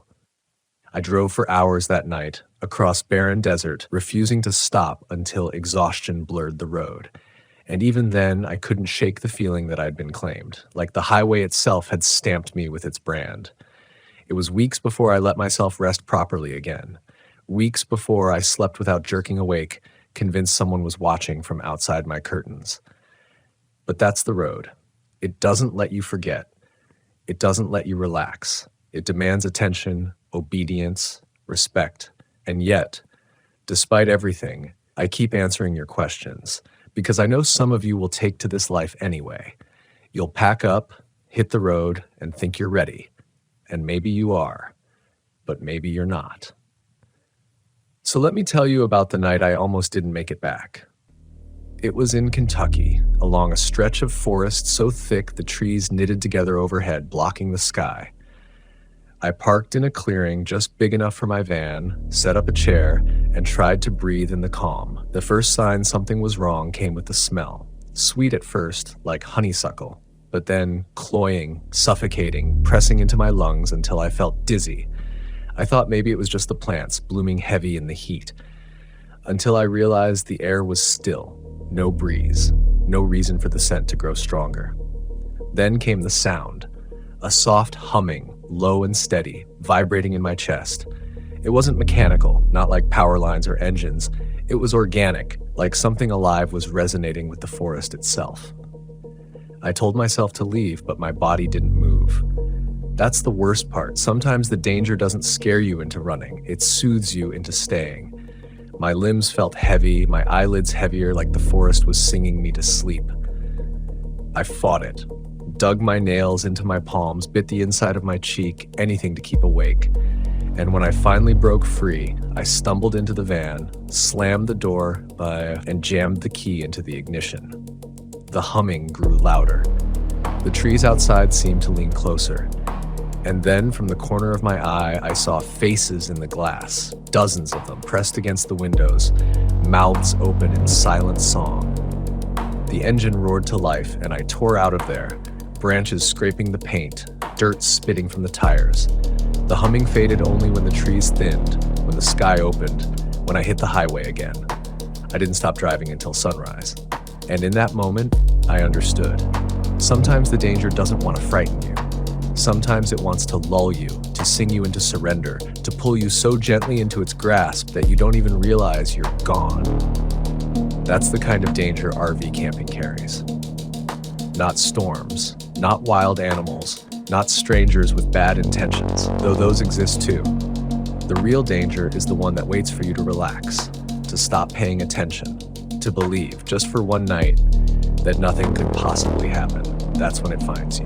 There's a question that lingers in nearly every message you send me. Why do you stay on the road after everything you've seen? And the answer isn't simple. Some of it is stubbornness. Some of it is love for the horizon, for the freedom, for the kind of beauty that makes your chest ache. But mostly it's because leaving wouldn't save me. The things I've witnessed aren't tied to mileage. They're tied to me now. That truth came to me clearest in Colorado, camped near an alpine meadow that looked like a postcard. The grass was green, dotted with wildflowers, the mountains sharp and jagged against a blue sky. I told myself I'd earned this stop, that I deserved something peaceful. But the land doesn't grant peace on command. The first night I woke to a sound inside the van. Not scratching, not knocking, breathing. Deep, ragged, wet breaths, as if someone was sleeping under the table. I held my flashlight in one shaking hand and shone it into every corner. Nothing, just shadows and the clutter of my own gear. I convinced myself it had been a dream. But the next night, it happened again, this time louder, closer. My breath caught in my throat as I realized it wasn't coming from inside, it was coming from beneath. I crouched, pressed my ear to the van floor, and heard it clearly. Something breathing under me. Long inhales, wet exhales, a rhythm that seemed to sync with my pulse until I could barely tell where my body ended and the sound began. I couldn't sleep, couldn't move. Every creak of the frame felt like it belonged to something alive. And then just before dawn, the breathing stopped. Not faded, stopped, as if whatever was under me had been holding its breath, listening, waiting. When I finally rolled out onto the grass, desperate for air, I saw the imprint beneath my van. Not tire tracks, not shadows. A depression in the ground, shaped like a body larger than mine, stretched long and thin as though it had been lying there all night. I left without breakfast, left without looking back. And as I drove, I thought about all the nights I'd spent in the wilderness, how many times I'd told myself I was alone. Maybe we're never really alone. That thought returned to me in North Carolina, on a night so humid the air clung to my skin like a second layer. I was parked near a swamp, the kind of place where the trees grow out of black water, their roots twisted like claws. At midnight, I heard splashes. At first small, like fish breaking the surface, then louder, heavier, like footsteps wading closer. I closed my curtains, told myself it was just animals, but then the splashes stopped right at the edge of my van. The smell hit next. Rot. Decay. A scent so strong it filled my lungs, pressed against my throat, made me gag. And then something brushed against the van wall, a long, wet drag, slow and deliberate. I didn't look. I didn't breathe. I just sat there, frozen, until the sound faded into the swamp again. By morning, the grass beside me was soaked, though the rest of the ground was dry. That's the danger of water. It carries things to you, whether you invite them or not. But the land, the water, the sky, they're not always the most dangerous. Sometimes it's the echoes of other people, the ones who walked these roads before us and left something behind. In West Virginia, I stayed at a small RV park tucked into the hills. It looked ordinary enough, gravel pads, hookups, a shower house with peeling paint. The manager was polite, told me to enjoy the quiet. That night, as I sat by my fire, I noticed lights flickering in the rigs around me. Shapes moved inside. Curtains twitched. I thought it was just other campers settling in. Until I realized every single space was booked, every rig lit, but I hadn't seen a single person, not one. I walked the park the next morning, knocked on doors, called out, nothing. Every rig was locked, every rig was empty. And when I asked the manager about it, he just smiled and said, "They come and go, don't worry about it." But I did worry, still do, because I stayed in that park one more night, and when I woke up, my van was no longer parked where I'd left it. It had been moved, shifted to the far edge of the park, and I hadn't heard a thing. That's the danger of people, or the echoes of them. You never know if they're alive, dead, or something caught in between. So when you ask me why I stay on the road, why I keep facing these dangers, the answer is this: because the danger isn't something you can outrun. It's part of the life, part of the freedom, part of the cost, and maybe part of me has come to accept it. To understand that fear doesn't mean I'm weak, it means I'm awake. The road doesn't care if you're ready. The wilderness doesn't care if you're brave. But fear, that means you're still fighting to come back. There's one lesson the road teaches in ways you'll never forget. You don't always get a warning. Sometimes the danger doesn't creep up with knocks or whispers. Sometimes it's just there, sudden and absolute, and you have to decide whether to face it or flee. That happened to me in South Dakota. I'd pulled off onto a prairie road, miles from the nearest town. The land stretched flat in every direction. The horizon so wide it felt like standing in the middle of an ocean of grass. I thought for once I'd found a place where nothing could hide. But that's the thing about emptiness. It hides everything. The night was calm at first, a soft breeze rippling the fields, stars glimmering like ice overhead. I left the windows cracked, let the air move through the van, and then sometime after midnight, I woke to the sound of voices. Not one, dozens, layered over each other, soft, steady, rising and falling in rhythm like a chant. I sat up, heart pounding, straining to catch words, but there weren't any. Just sounds. Tones that felt older than language. I peered outside. The grass moved in waves, but not with the wind. It moved in circles, and in the center of each circle stood a figure, tall and thin, heads bowed, arms raised. The chanting rolled across the prairie like thunder, and the air thickened until I could barely breathe. I slammed the windows shut, locked the doors, and curled on the floor, praying they hadn't noticed me. But then the chanting stopped. Silence rushed in like a tide going out, and from right outside the van, just beneath the window, came a single whisper. My name. I didn't sleep until dawn. And when I finally dared to look outside, the grass was flattened in wide rings around the van, each circle leading farther into the prairie. That's when I learned the prairie has its own dangers. Open space doesn't mean safety. It just means you'll see the danger coming, and it'll see you too. I carried that lesson with me to Alaska, where the wilderness doesn't just test you, it breaks you. I camped near a glacier once, the kind of frozen wall that glitters blue even in the dim light of dusk. The air was sharp, burning my lungs with every breath. That night, the ice began to crack. At first, I thought it was normal, the way glaciers shift and groan. But the sound wasn't random. It came in patterns, sharp snaps and deep rumbles that formed a rhythm, like a drumbeat, like a signal. I lay awake, listening, until I realized the cracks weren't echoing from the glacier. They were coming from under my van.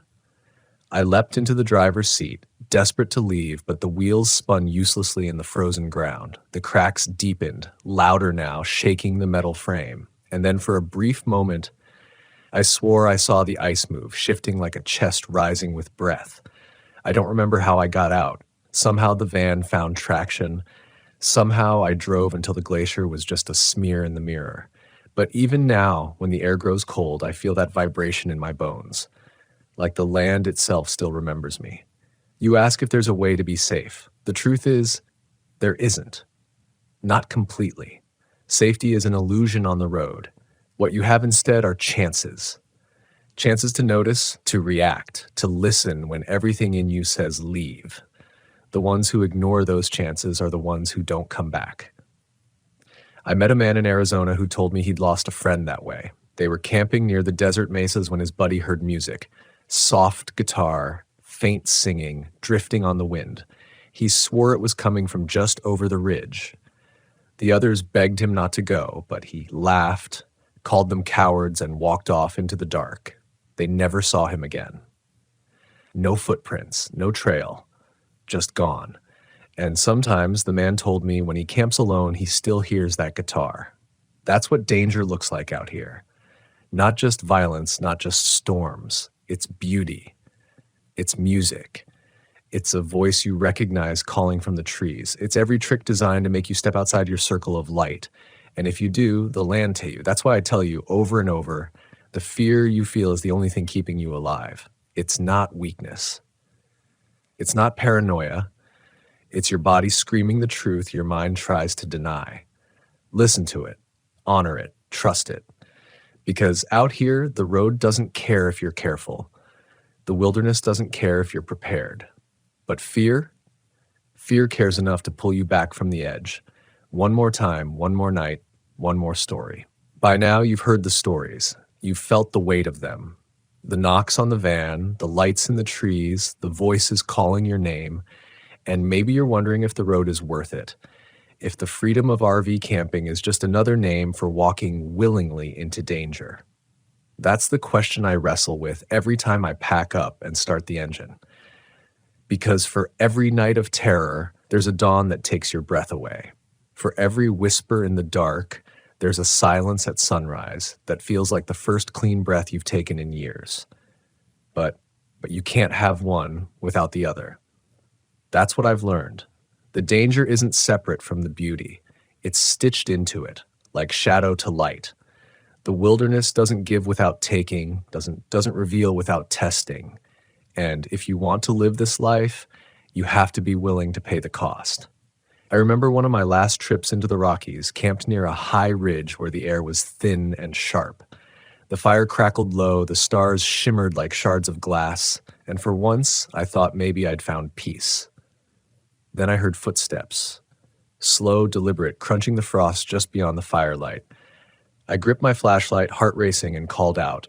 No answer. Just silence. I thought about climbing into the van, locking the doors, pretending I hadn't heard, but something in me refused. I swung the light into the dark and saw nothing. Just trees, just snow, just emptiness. And yet the footsteps continued, circling the fire, always just beyond the beam of my light. My breath fogged in the air, my hands trembled, but I stayed. Because I'd learned something on the road. Sometimes the only way to face the danger is to acknowledge it, to let it know you see it, even if you can't understand it. So I spoke, not a challenge, not a plea, just a simple truth. I know you're there. The footsteps stopped, the silence thickened, and then, slowly, it receded. The sound faded into the trees until there was nothing left but the crackle of the fire and the thud of my own heart. That night, I didn't sleep, but when dawn broke, I felt something I hadn't before. Not relief, not victory, but respect. Because the danger isn't just something to run from, it's something to recognize, something to live with, something to carry. And that's the final lesson I'll leave you with. RV camping isn't about escaping life. It's about facing it. Raw, unfiltered, unforgiving. The wilderness will strip you down, test you, terrify you, but it will also show you beauty you can't find anywhere else. You'll hear knocks that chill your blood, voices that don't belong, footsteps that circle your camp. You'll smell the earth breathing, see lights that move against reason, feel fear that burrows into your bones.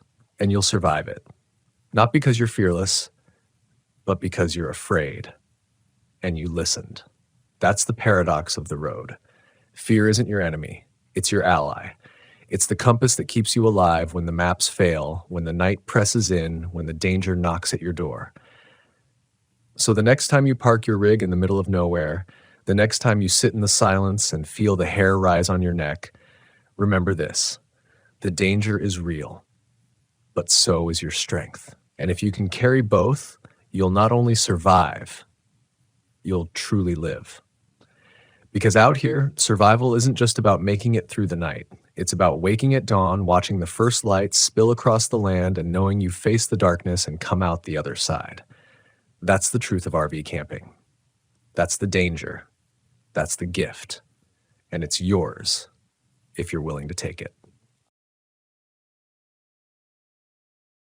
I found the letter on a gray November morning, tucked inside the back pocket of an old camping journal I hadn't opened in years. The paper had yellowed, edges curling like dried leaves, but the handwriting, my handwriting, was clear as day. The date at the top stopped me cold. 8 years ago, and the words beneath it were even stranger. Do not return. If you value your life, stay away from that place. You won't come back the same. I remember sitting there at my kitchen table, the letter trembling between my fingers, feeling the kind of confusion that borders on nausea. I couldn't recall ever writing it.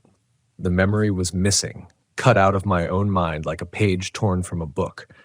But the strokes of the pen, the slant of the letters, those were undeniably mine. That letter felt like a warning whispered through time, and maybe if I'd been wiser, I would have tucked it back where I found it, pretended I never saw it.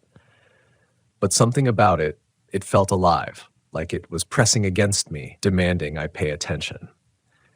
The place it spoke of was a campground I hadn't thought about in years.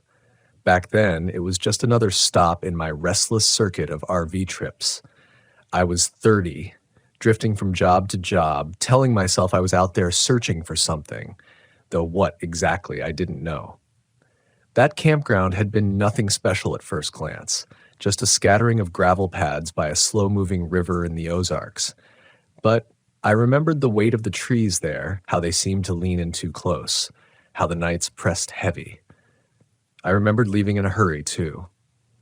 Though the details had blurred, I knew I hadn't stayed the full week I'd booked. Something had driven me out. And now here was this letter reminding me not to go back, warning me as if I'd known even then that I'd try. For days I carried it folded in my pocket, rereading it like a man tracing the outline of a wound. It stirred up things I thought I'd buried, dreams I used to wake from sweating, with echoes of knocking in my head, the sensation of breath just outside the thin walls of my RV. Most people would take a letter like that as a final word. I couldn't. Something in me needed to know. Maybe I wanted proof that I wasn't losing my mind, that I hadn't fabricated some trauma and forgotten it. Maybe I needed to see if the past could really reach forward like that, across years, across silence. So in late December, against every rational voice in my head, I loaded up my RV and set out for the same campground. I told no one where I was going, not my sister, not my friends. Some part of me understood that this trip wasn't one I could explain. It wasn't about camping. It was about answering something that had been scratching at the inside of my skull for nearly a decade. The drive out was long, hours of highways unraveling into smaller roads, then narrower ones. The trees grew denser, the sky darker, and I felt myself sliding into a different rhythm, as if the world itself wanted to slow me down. By the time I reached the sign, Hollow Creek Campground, the sun had dropped low, spilling its last light through the branches like blood through broken glass. The place looked even more forgotten than I remembered. The check-in office was boarded up, the paint peeling in strips, weeds pushed up through the gravel. It didn't look like anyone had maintained it in years. Yet the gate was open, swinging just enough to allow me through. I parked in the same spot I had all those years ago near the bend of the river where the current whispered louder than the wind. Stepping outside, the air hit me with a strange familiarity. Damp earth, a sweetness like rotting leaves, and underneath it all something metallic, sharp, like old blood. I stood there breathing it in, fighting the sudden urge to leave before I'd even begun. The letter was in my jacket pocket, folded tight, warm from my body. I kept touching it without meaning to, like it was a talisman or maybe a chain keeping me tethered. That night I sat by the fire, listening. The woods out there were thick, swallowing sound. Every crackle of the flames felt louder than it should, and between those sounds I kept hearing faint things. A drip that didn't belong. A creak that might have been wood or footsteps. At first I told myself it was just my imagination sharpening every edge. But as the night deepened, the unease grew teeth. I was just about to turn in when I heard it. A knock. Soft, deliberate against the side of my RV. I froze, staring into the fire as if the flames might tell me it was nothing. But then it came again. 3 knocks, steady, at the thin metal wall only a few feet from where I sat. My breath caught. I told myself it was a branch, maybe an animal brushing against it. But deep down I knew better. I could feel the intention in it, the same way you can tell a spoken word from the wind. I stood, my knees weak, and slowly circled around with my flashlight. The beam cut through the trees, caught on the silver skin of the RV, and revealed nothing. No branches near enough to touch it, no animals lurking in the brush, just silence, heavy and watchful. I lingered there, scanning, waiting for the shape of something to emerge. Nothing did. But I swear, I felt eyes on me, the kind that reach into your bones. I went inside, locked the door, and sat on the bed with the letter spread open in front of me. The words seemed to glow in the dim light, urgent as a heartbeat. Do not return. You won't come back the same. I should have listened. But the truth is, part of me was already caught. That campground had its hook in me, the way a nightmare clings even after waking. And in that moment, even as fear crawled up my spine, I knew I wasn't going anywhere. Not until I uncovered what had driven me away the first time. Sleep came in fragments. Every time I drifted off, I'd jolt awake. Sure, I'd heard something outside, the scrape of gravel, the faint hush of footsteps. At one point, I swore I heard breathing right by the window, slow and steady, in rhythm with my own. But when I yanked the curtain back, there was only blackness, thick and absolute. By dawn, I felt hollowed out, strung thin by the night. I stepped outside into the cold, the frost on the grass crunching beneath my boots. The river rolled by, calm, indifferent. Everything looked ordinary, too ordinary. And then I saw it. A piece of paper folded, tucked under the windshield wiper of my RV. My stomach dropped. I pulled it free with shaking hands and unfolded it. Same handwriting, same slant, same strokes. My handwriting. The date at the top, today. And beneath it, the words that made my skin turn to ice. You shouldn't have come back. It's already too late. I stood there, staring at the paper in my hand as the morning frost clung to my breath. The words blurred, not because they were unclear, but because my body was trembling so badly that the page wouldn't stay still. It didn't make sense. There was no way I had written this. Not this morning. Not in some trance. I had been inside all night, awake more than asleep. I hadn't left the RV except to check for the noises.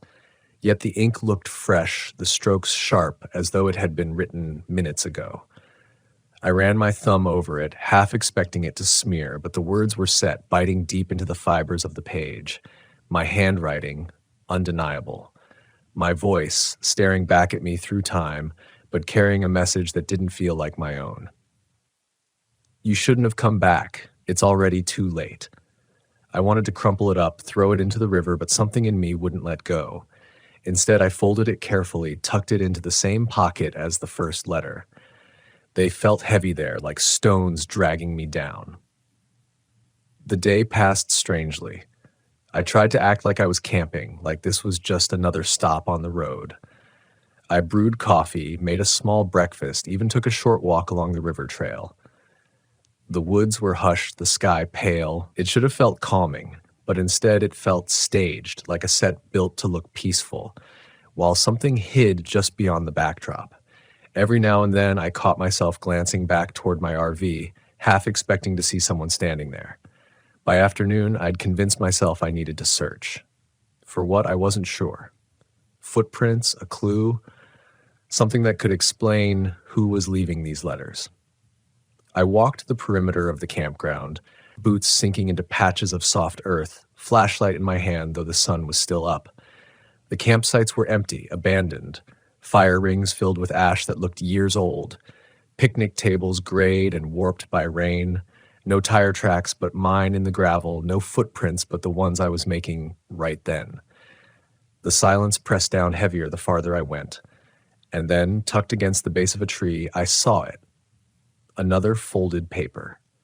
White against the damp leaves, placed like someone had meant for me to find it. My breath hitched as I picked it up. The date was yesterday. The handwriting was mine. You'll hear the knocking again tonight. Don't open the door, no matter what. I nearly dropped it. My stomach turned as if the ground had shifted beneath me. Someone was watching me. Not just watching, but predicting, recording, leaving these notes in places I hadn't walked yet.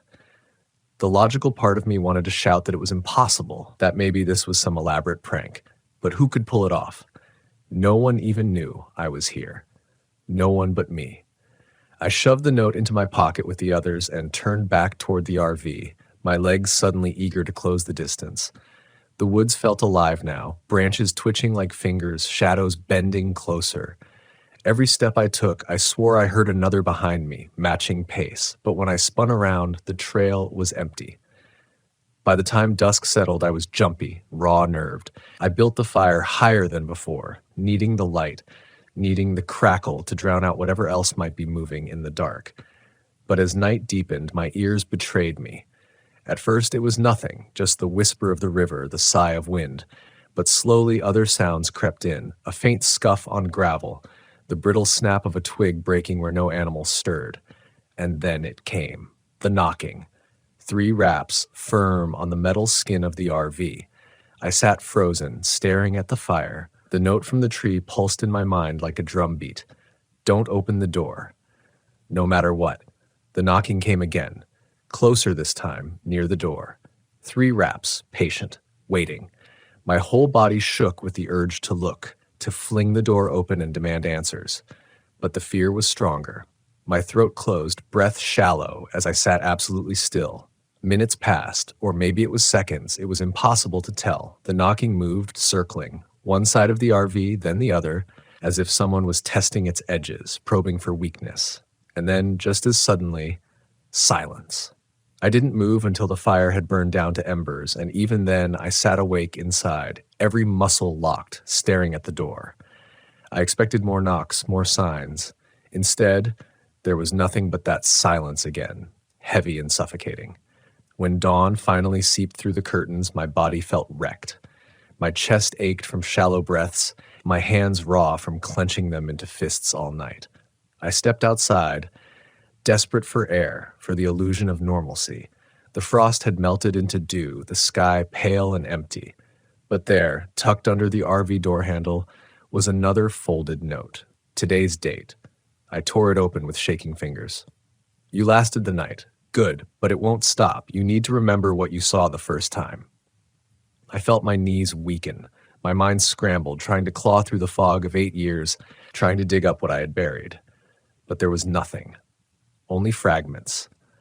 Only the sense of leaving too soon, driving away with my heart hammering, unable to look in the mirrors. The letter slipped from my hands, landing in the dirt. And as I bent to pick it up, I noticed something. There were footprints, not mine. They circled the RV in a slow, deliberate path, pressed into the soft earth, leading back toward the trees. The prints were strange, long, uneven, as if whoever made them had dragged their feet, or as if their legs didn't bend right. I followed them with my eyes until they disappeared into shadow. A cold shiver coursed through me. I didn't want to follow. I didn't want to know what had left them. And yet, deep down, I understood. Whatever was happening here, whatever had started 8 years ago, it wasn't finished, and the only way to survive it was to remember. The problem was I wasn't sure I wanted to. I sat on the steps of the RV for a long time, staring at those footprints. The damp earth preserved them in chilling detail, heels sunk deep, toes barely marked, the kind of gait that doesn't belong to anything moving naturally. I wanted to tell myself they belonged to a person, some late-night prowler with a twisted sense of humor. But the truth was lodged in my gut like a stone. These weren't footsteps meant for walking. They were meant for circling, for watching. The notes burned in my pocket, all of them layered against each other like voices in a chorus I didn't remember singing. Don't open the door. You need to remember. The words clawed at me, pushing me towards something I wasn't sure I wanted to find. By mid-morning, I convinced myself to leave the campsite, to search deeper into the campground. Maybe if I saw more, the memories would stir. I walked the old loop road, weeds high, tree roots pushing up through the gravel.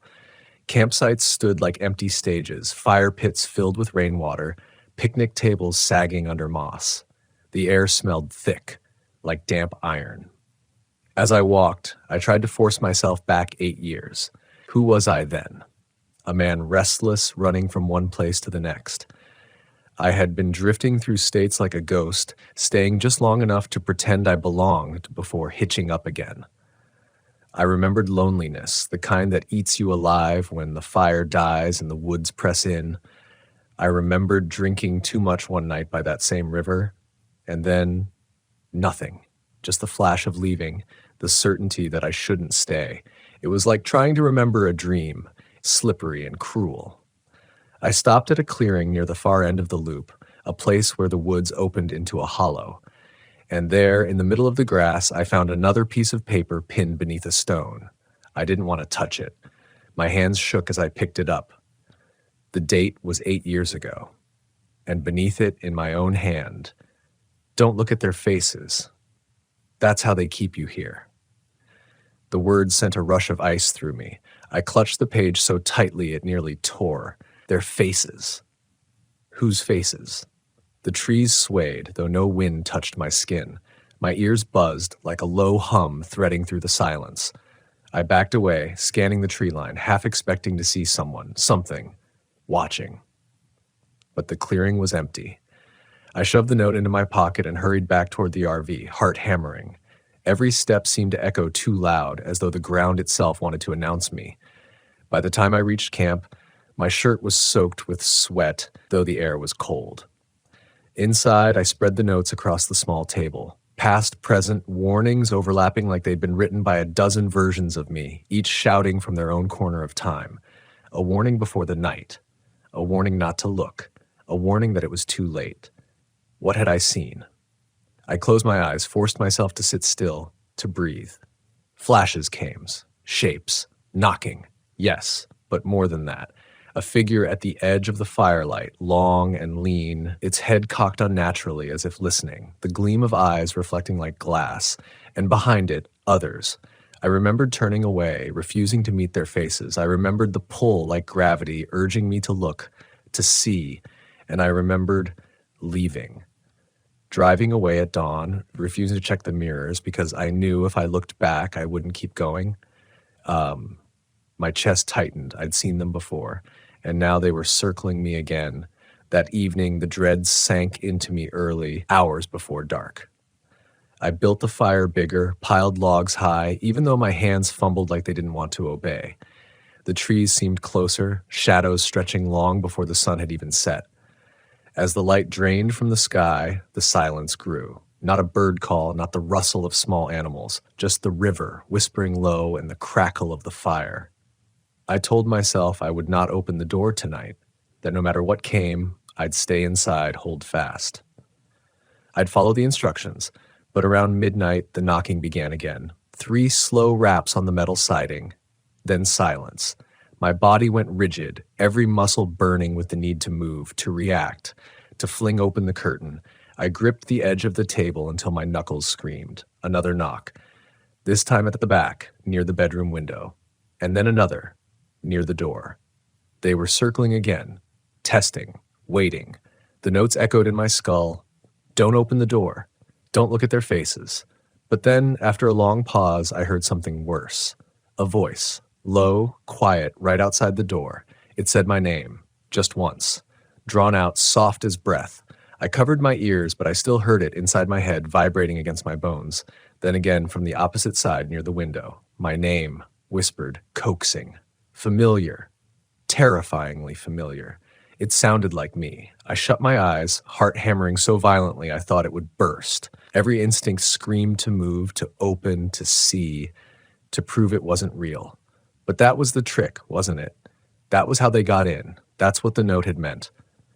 I stayed frozen until the whispers stopped, until only the river filled the silence. When dawn finally came, pale and merciful, I staggered outside, hollow and shaking. My eyes darted to the ground, desperate to know if I'd imagined it all. The footprints were there again, dozens of them this time, circling tighter and now weaving patterns around the RV like a net. And among them, one set stood out. Normal. Human. Boots. Just like mine. I followed them with my eyes and felt my stomach turn cold. They led from the RV door out toward the woods, but I hadn't left. Not once. Which meant only one thing. Someone else had walked out of my RV last night, and it had walked into the trees. I staggered back from the prints, my knees weak, my breath fogging in the cold air. My mind kept circling the same thought. If I hadn't left the RV, then who had? I knelt, touched the indentation in the soil. The boot tread was identical to mine, down to the worn patch in the heel where the rubber had smoothed. I pulled up my own foot, compared it. A perfect match. It was like looking at evidence of myself, caught outside while I'd been inside. The letters suddenly made more sense and less. Maybe I had written them, just not now. Not in this version of now. Maybe there were other timelines running like hidden rivers beside me, each spilling pieces into this one. Versions of me trying to warn the one who still had a chance. I pressed my palms into my eyes, trying to keep from unraveling. The only thing I knew was that whatever was happening here wasn't bound by the rules I'd trusted all my life. And the worst part? I felt the pull to follow those prints into the trees. But I didn't. Not yet. Instead, I went back inside the RV, closed the door, and locked it, even though I knew locks meant nothing. I spread the notes across the table again, studying them like a puzzle. The warnings weren't random. They were steps, instructions. Don't open the door. Don't look at their faces. Remember what you saw, each one trying to push me somewhere, but toward what? Escape or surrender? The day stretched long, taut with silence. I tried to sleep, but every time my eyes closed, I saw flashes, faces blurred, eyes glowing, the river running black as oil. Once, I jolted awake to find the letters had scattered across the floor, though I hadn't touched them. Another time, I swore I saw movement in the reflection of the microwave door, a shadow slipping past behind me, but when I turned, the RV was empty. By dusk, I felt raw, like my mind had been scraped thin. That night, the knocking didn't start right away. Hours passed in stillness, and I thought maybe, just maybe, it was over. Maybe the warnings had been wrong. Maybe the other me had gone into the woods and taken it with him. But sometime after midnight, I heard it again. Not 3 knocks this time, just one. Sharp, deliberate. I froze. The sound came from the door. Another knock followed, softer, almost polite, and then a voice. My voice. Let me in. The words scraped through the metal like claws. I'm cold, it said. I'm tired, please. I sat rigid, fists clenching. The voice was mine, but thinner, drained. I just need to come back inside. My chest heaved. The warning in my pocket burned. Don't open the door, no matter what. The knocking grew more frantic, louder, the voice cracking into sobs. Please don't leave me out here. I'm you. Don't you understand? I'm you. I pressed my hands over my ears, rocked back and forth on the bed. My teeth chattered, though the air was warm. The RV shook as my fists pounded the metal siding. And then silence. I lowered my hands slowly. That's when I heard the whisper, right against the window, inches from my face. Look at me. I snapped the curtain open before I could stop myself. For a second, I saw nothing. Just my own reflection in the glass, pale, wide-eyed, and then it moved. The reflection smiled, but I wasn't smiling. My stomach dropped, and I stumbled back, crashing into the table. The letters spilled to the floor. When I looked again, the window was empty, just darkness outside, no reflection at all. I didn't sleep the rest of the night. I sat clutching one of the notes, rocking like a child, waiting for dawn. When it came, pale and gray, I stepped outside. My legs felt hollow, like I was walking on stilts. The air was sharp with dew, the river slow and indifferent. And there, stuck under the windshield wiper again, was another note. I unfolded it with numb fingers. Tonight you'll see their faces. Don't look too long. If you do, you'll stay forever. The words blurred as I stared at them. My whole body rebelled against the thought. Tonight wasn't about knocking anymore. Tonight was about faces. I thought back to the note I'd found in the clearing. That's how they keep you here. 8 years ago, I hadn't looked. I'd turned away. Maybe that was why I'd escaped. Maybe that was why I was still alive. But I had a gnawing suspicion. This time, they wouldn't let me look away so easily. The day bled on in fragments. I tried to busy myself, making coffee, boiling water, forcing food into my mouth, though it tasted like ash. My thoughts kept circling the same drain. What if I'd already failed? What if every choice I made was already written in one of those notes, waiting to catch up to me? At one point, I walked to the riverbank, hoping the flow of water would ground me. Instead, I saw something that hollowed me out further. There, caught against the rocks, was another folded page. I climbed down, hands slick on the stones, and pulled it free. The paper was damp, edges curling, but the words were legible. The date wasn't 8 years ago. It wasn't today. It was tomorrow. And it read, "You didn't look away this time. They have you now." My knees gave out, and I sank to the rocks, clutching the paper to my chest. The river hissed around me as if mocking my panic. I had one night left, one chance. And note was already telling me I'd failed. But I couldn't accept that. I wouldn't.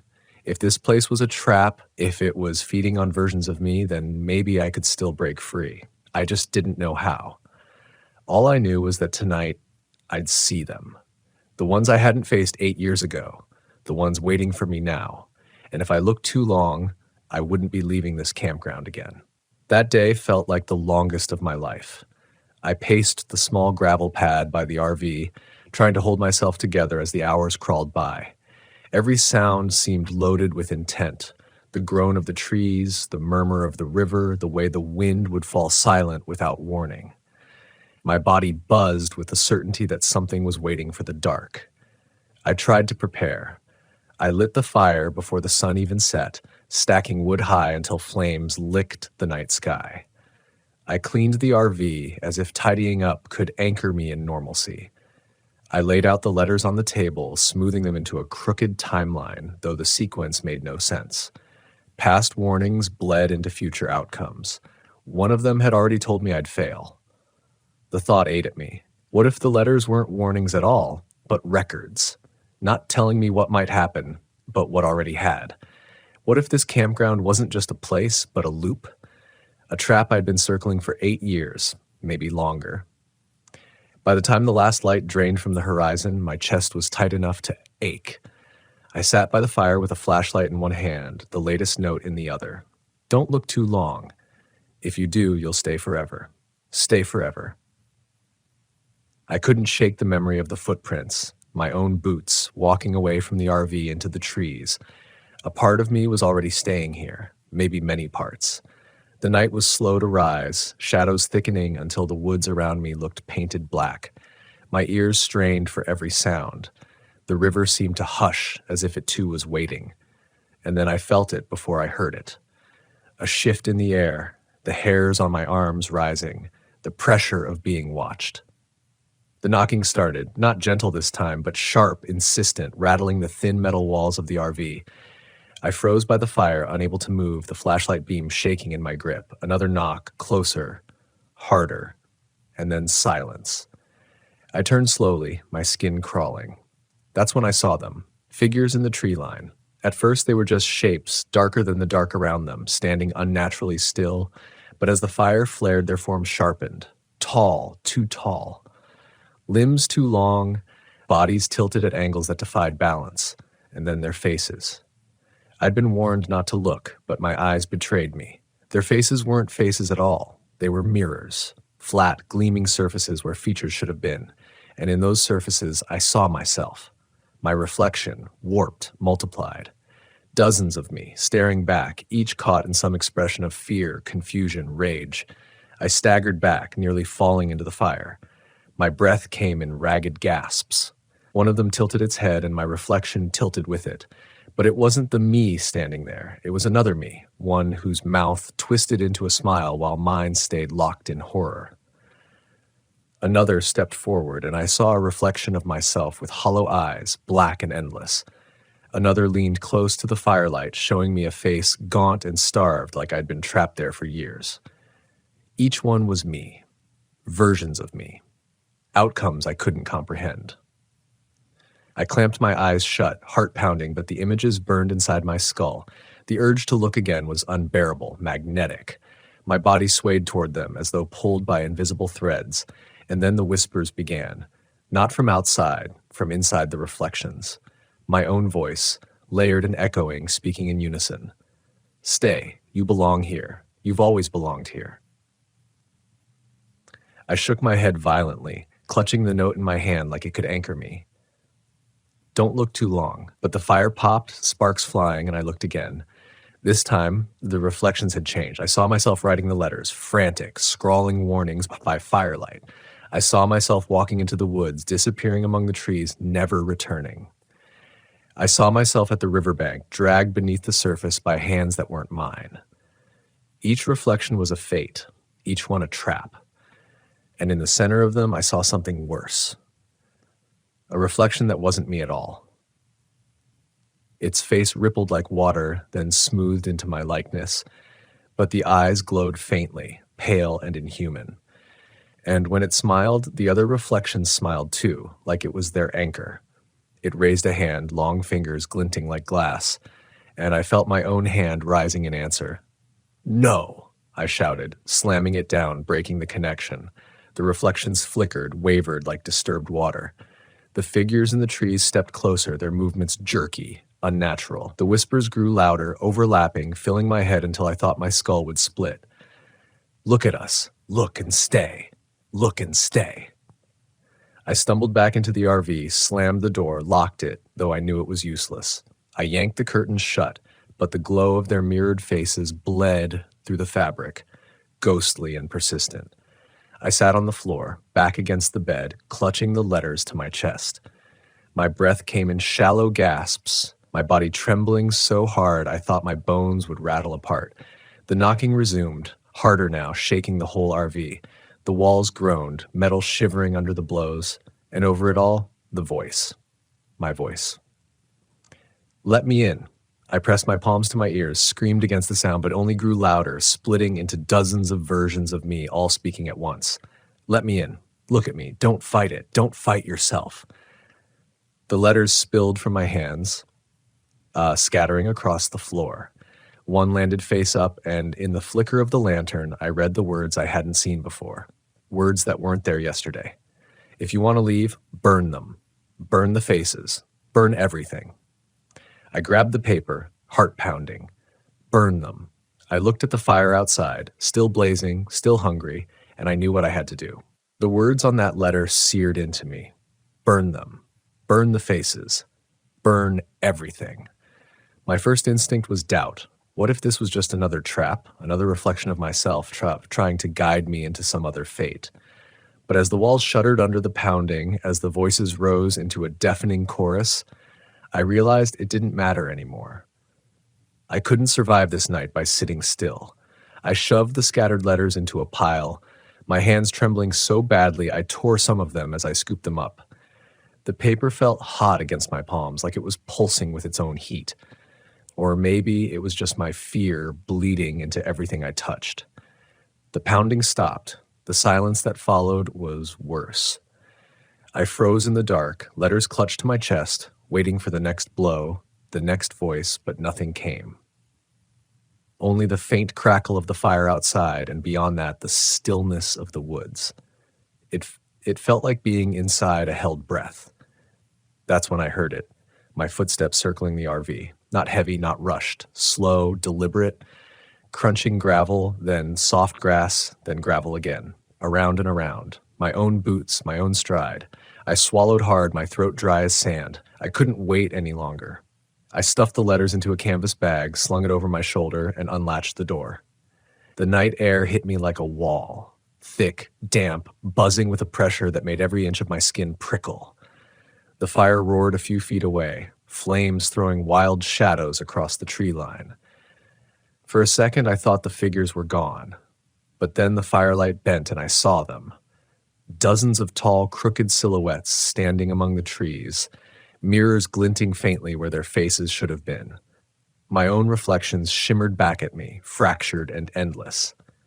I forced myself forward, clutching the bag tighter. The flames leapt high as if in anticipation. I dropped the bag into the fire. The canvas caught instantly, the letters curling and blackening. Smoke rose, acrid and bitter, carrying scraps of words into the night sky. And then the screaming began. Not from me, not from the trees, from the reflections. The figures staggered back, hands clawing at their mirrored faces as they cracked, split, splintered like glass under strain. My reflections writhed within them, twisting, distorting, mouths open in silent agony. The sound was unbearable, a chorus of my own voice screaming from 100 broken throats. I stumbled back, covering my ears, eyes watering from the smoke. The fire raged, devouring the last of the letters, spitting sparks into the black sky. One of the figures lurched forward, mirror face shattering down the middle. Behind the shards, for the first time, I saw something else. Not me. Something raw and eyeless, a pulsing void that seemed to drink the firelight.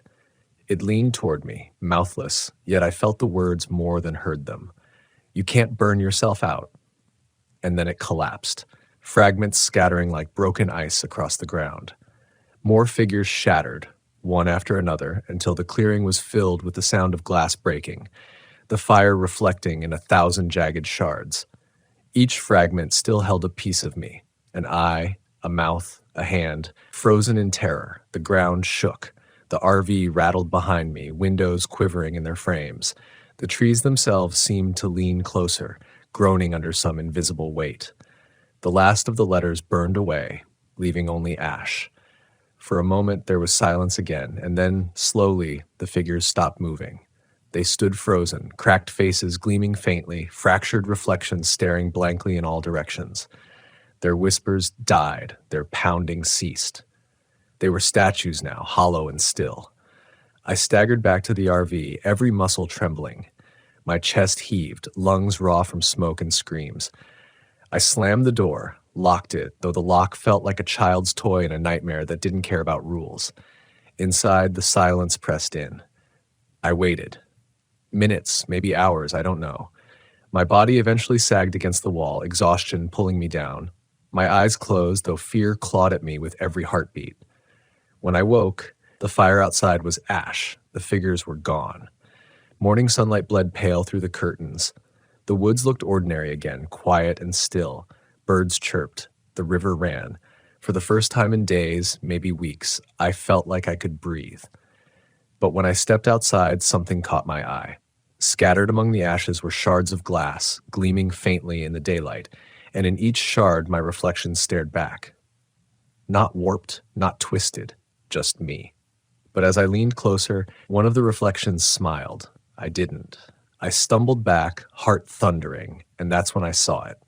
At the edge of the fire pit, half buried in the dirt, a piece of paper that hadn't burned.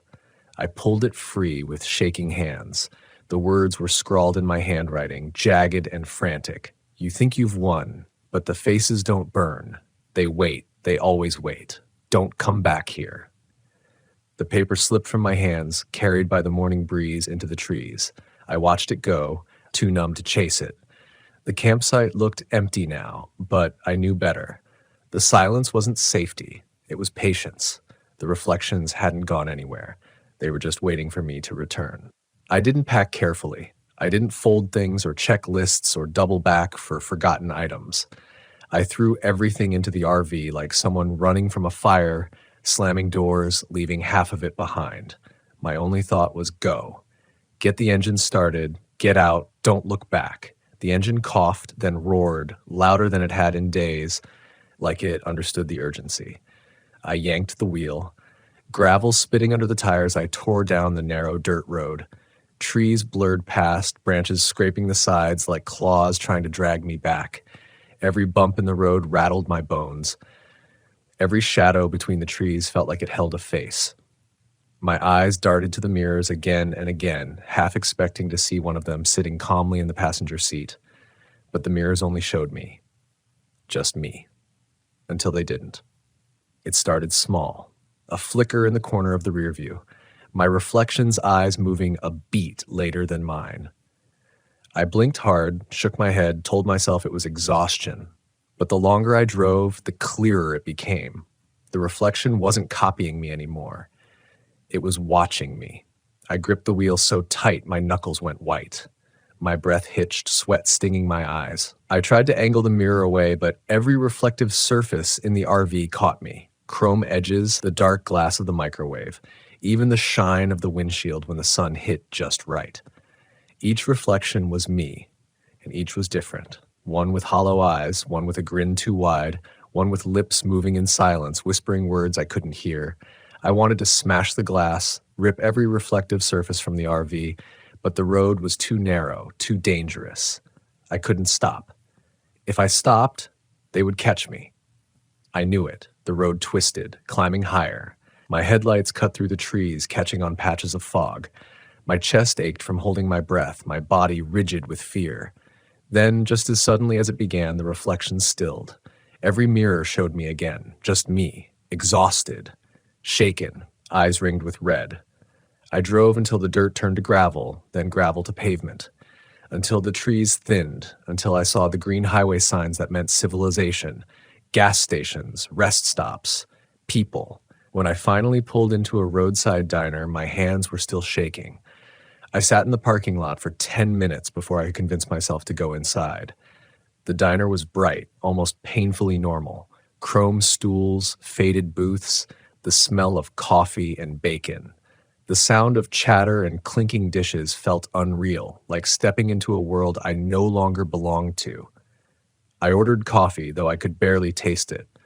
My hands shook so hard the cup rattled against the saucer. The waitress gave me a look. Long night? I tried to smile, but it felt brittle, something like that. When she walked away, I caught my reflection in the window beside me. For a moment, it was fine. Just me, tired and pale, and then it smiled. I didn't. I jerked back, the cup tipping, hot coffee spilling across the table.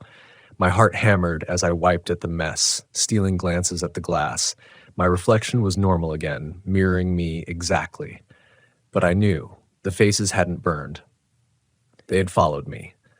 I left cash on the table and stumbled out, the bright morning sun offering no comfort. Every car window, every pane of glass I passed, I felt their presence pressing against the surface, waiting for me to slip, to stare too long. I kept driving. Town after town, highway after highway, until the forest was nothing but a memory in the rear view. But even now, even here, I can feel it. At night, in the quiet of some roadside RV park, when I brush my teeth in the bathroom mirror, sometimes my reflection lingers. Just half a second longer than me. Sometimes it whispers words I can't quite catch over the sound of the faucet. And every once in a while, when I wake in the middle of the night and glance at the darkened window by my bed, I see not one reflection, but two. One of them always smiling. I don't know if burning the letters delayed it, or if I just played into the loop like every version of myself before me. Maybe 8 years from now, I'll write this all down again, mail it to myself, and pray I listen this time. But I know this. Those faces aren't gone. They never go. They wait. They always wait. And the next time I see one smile in the glass, I'm not sure I'll be able to look away.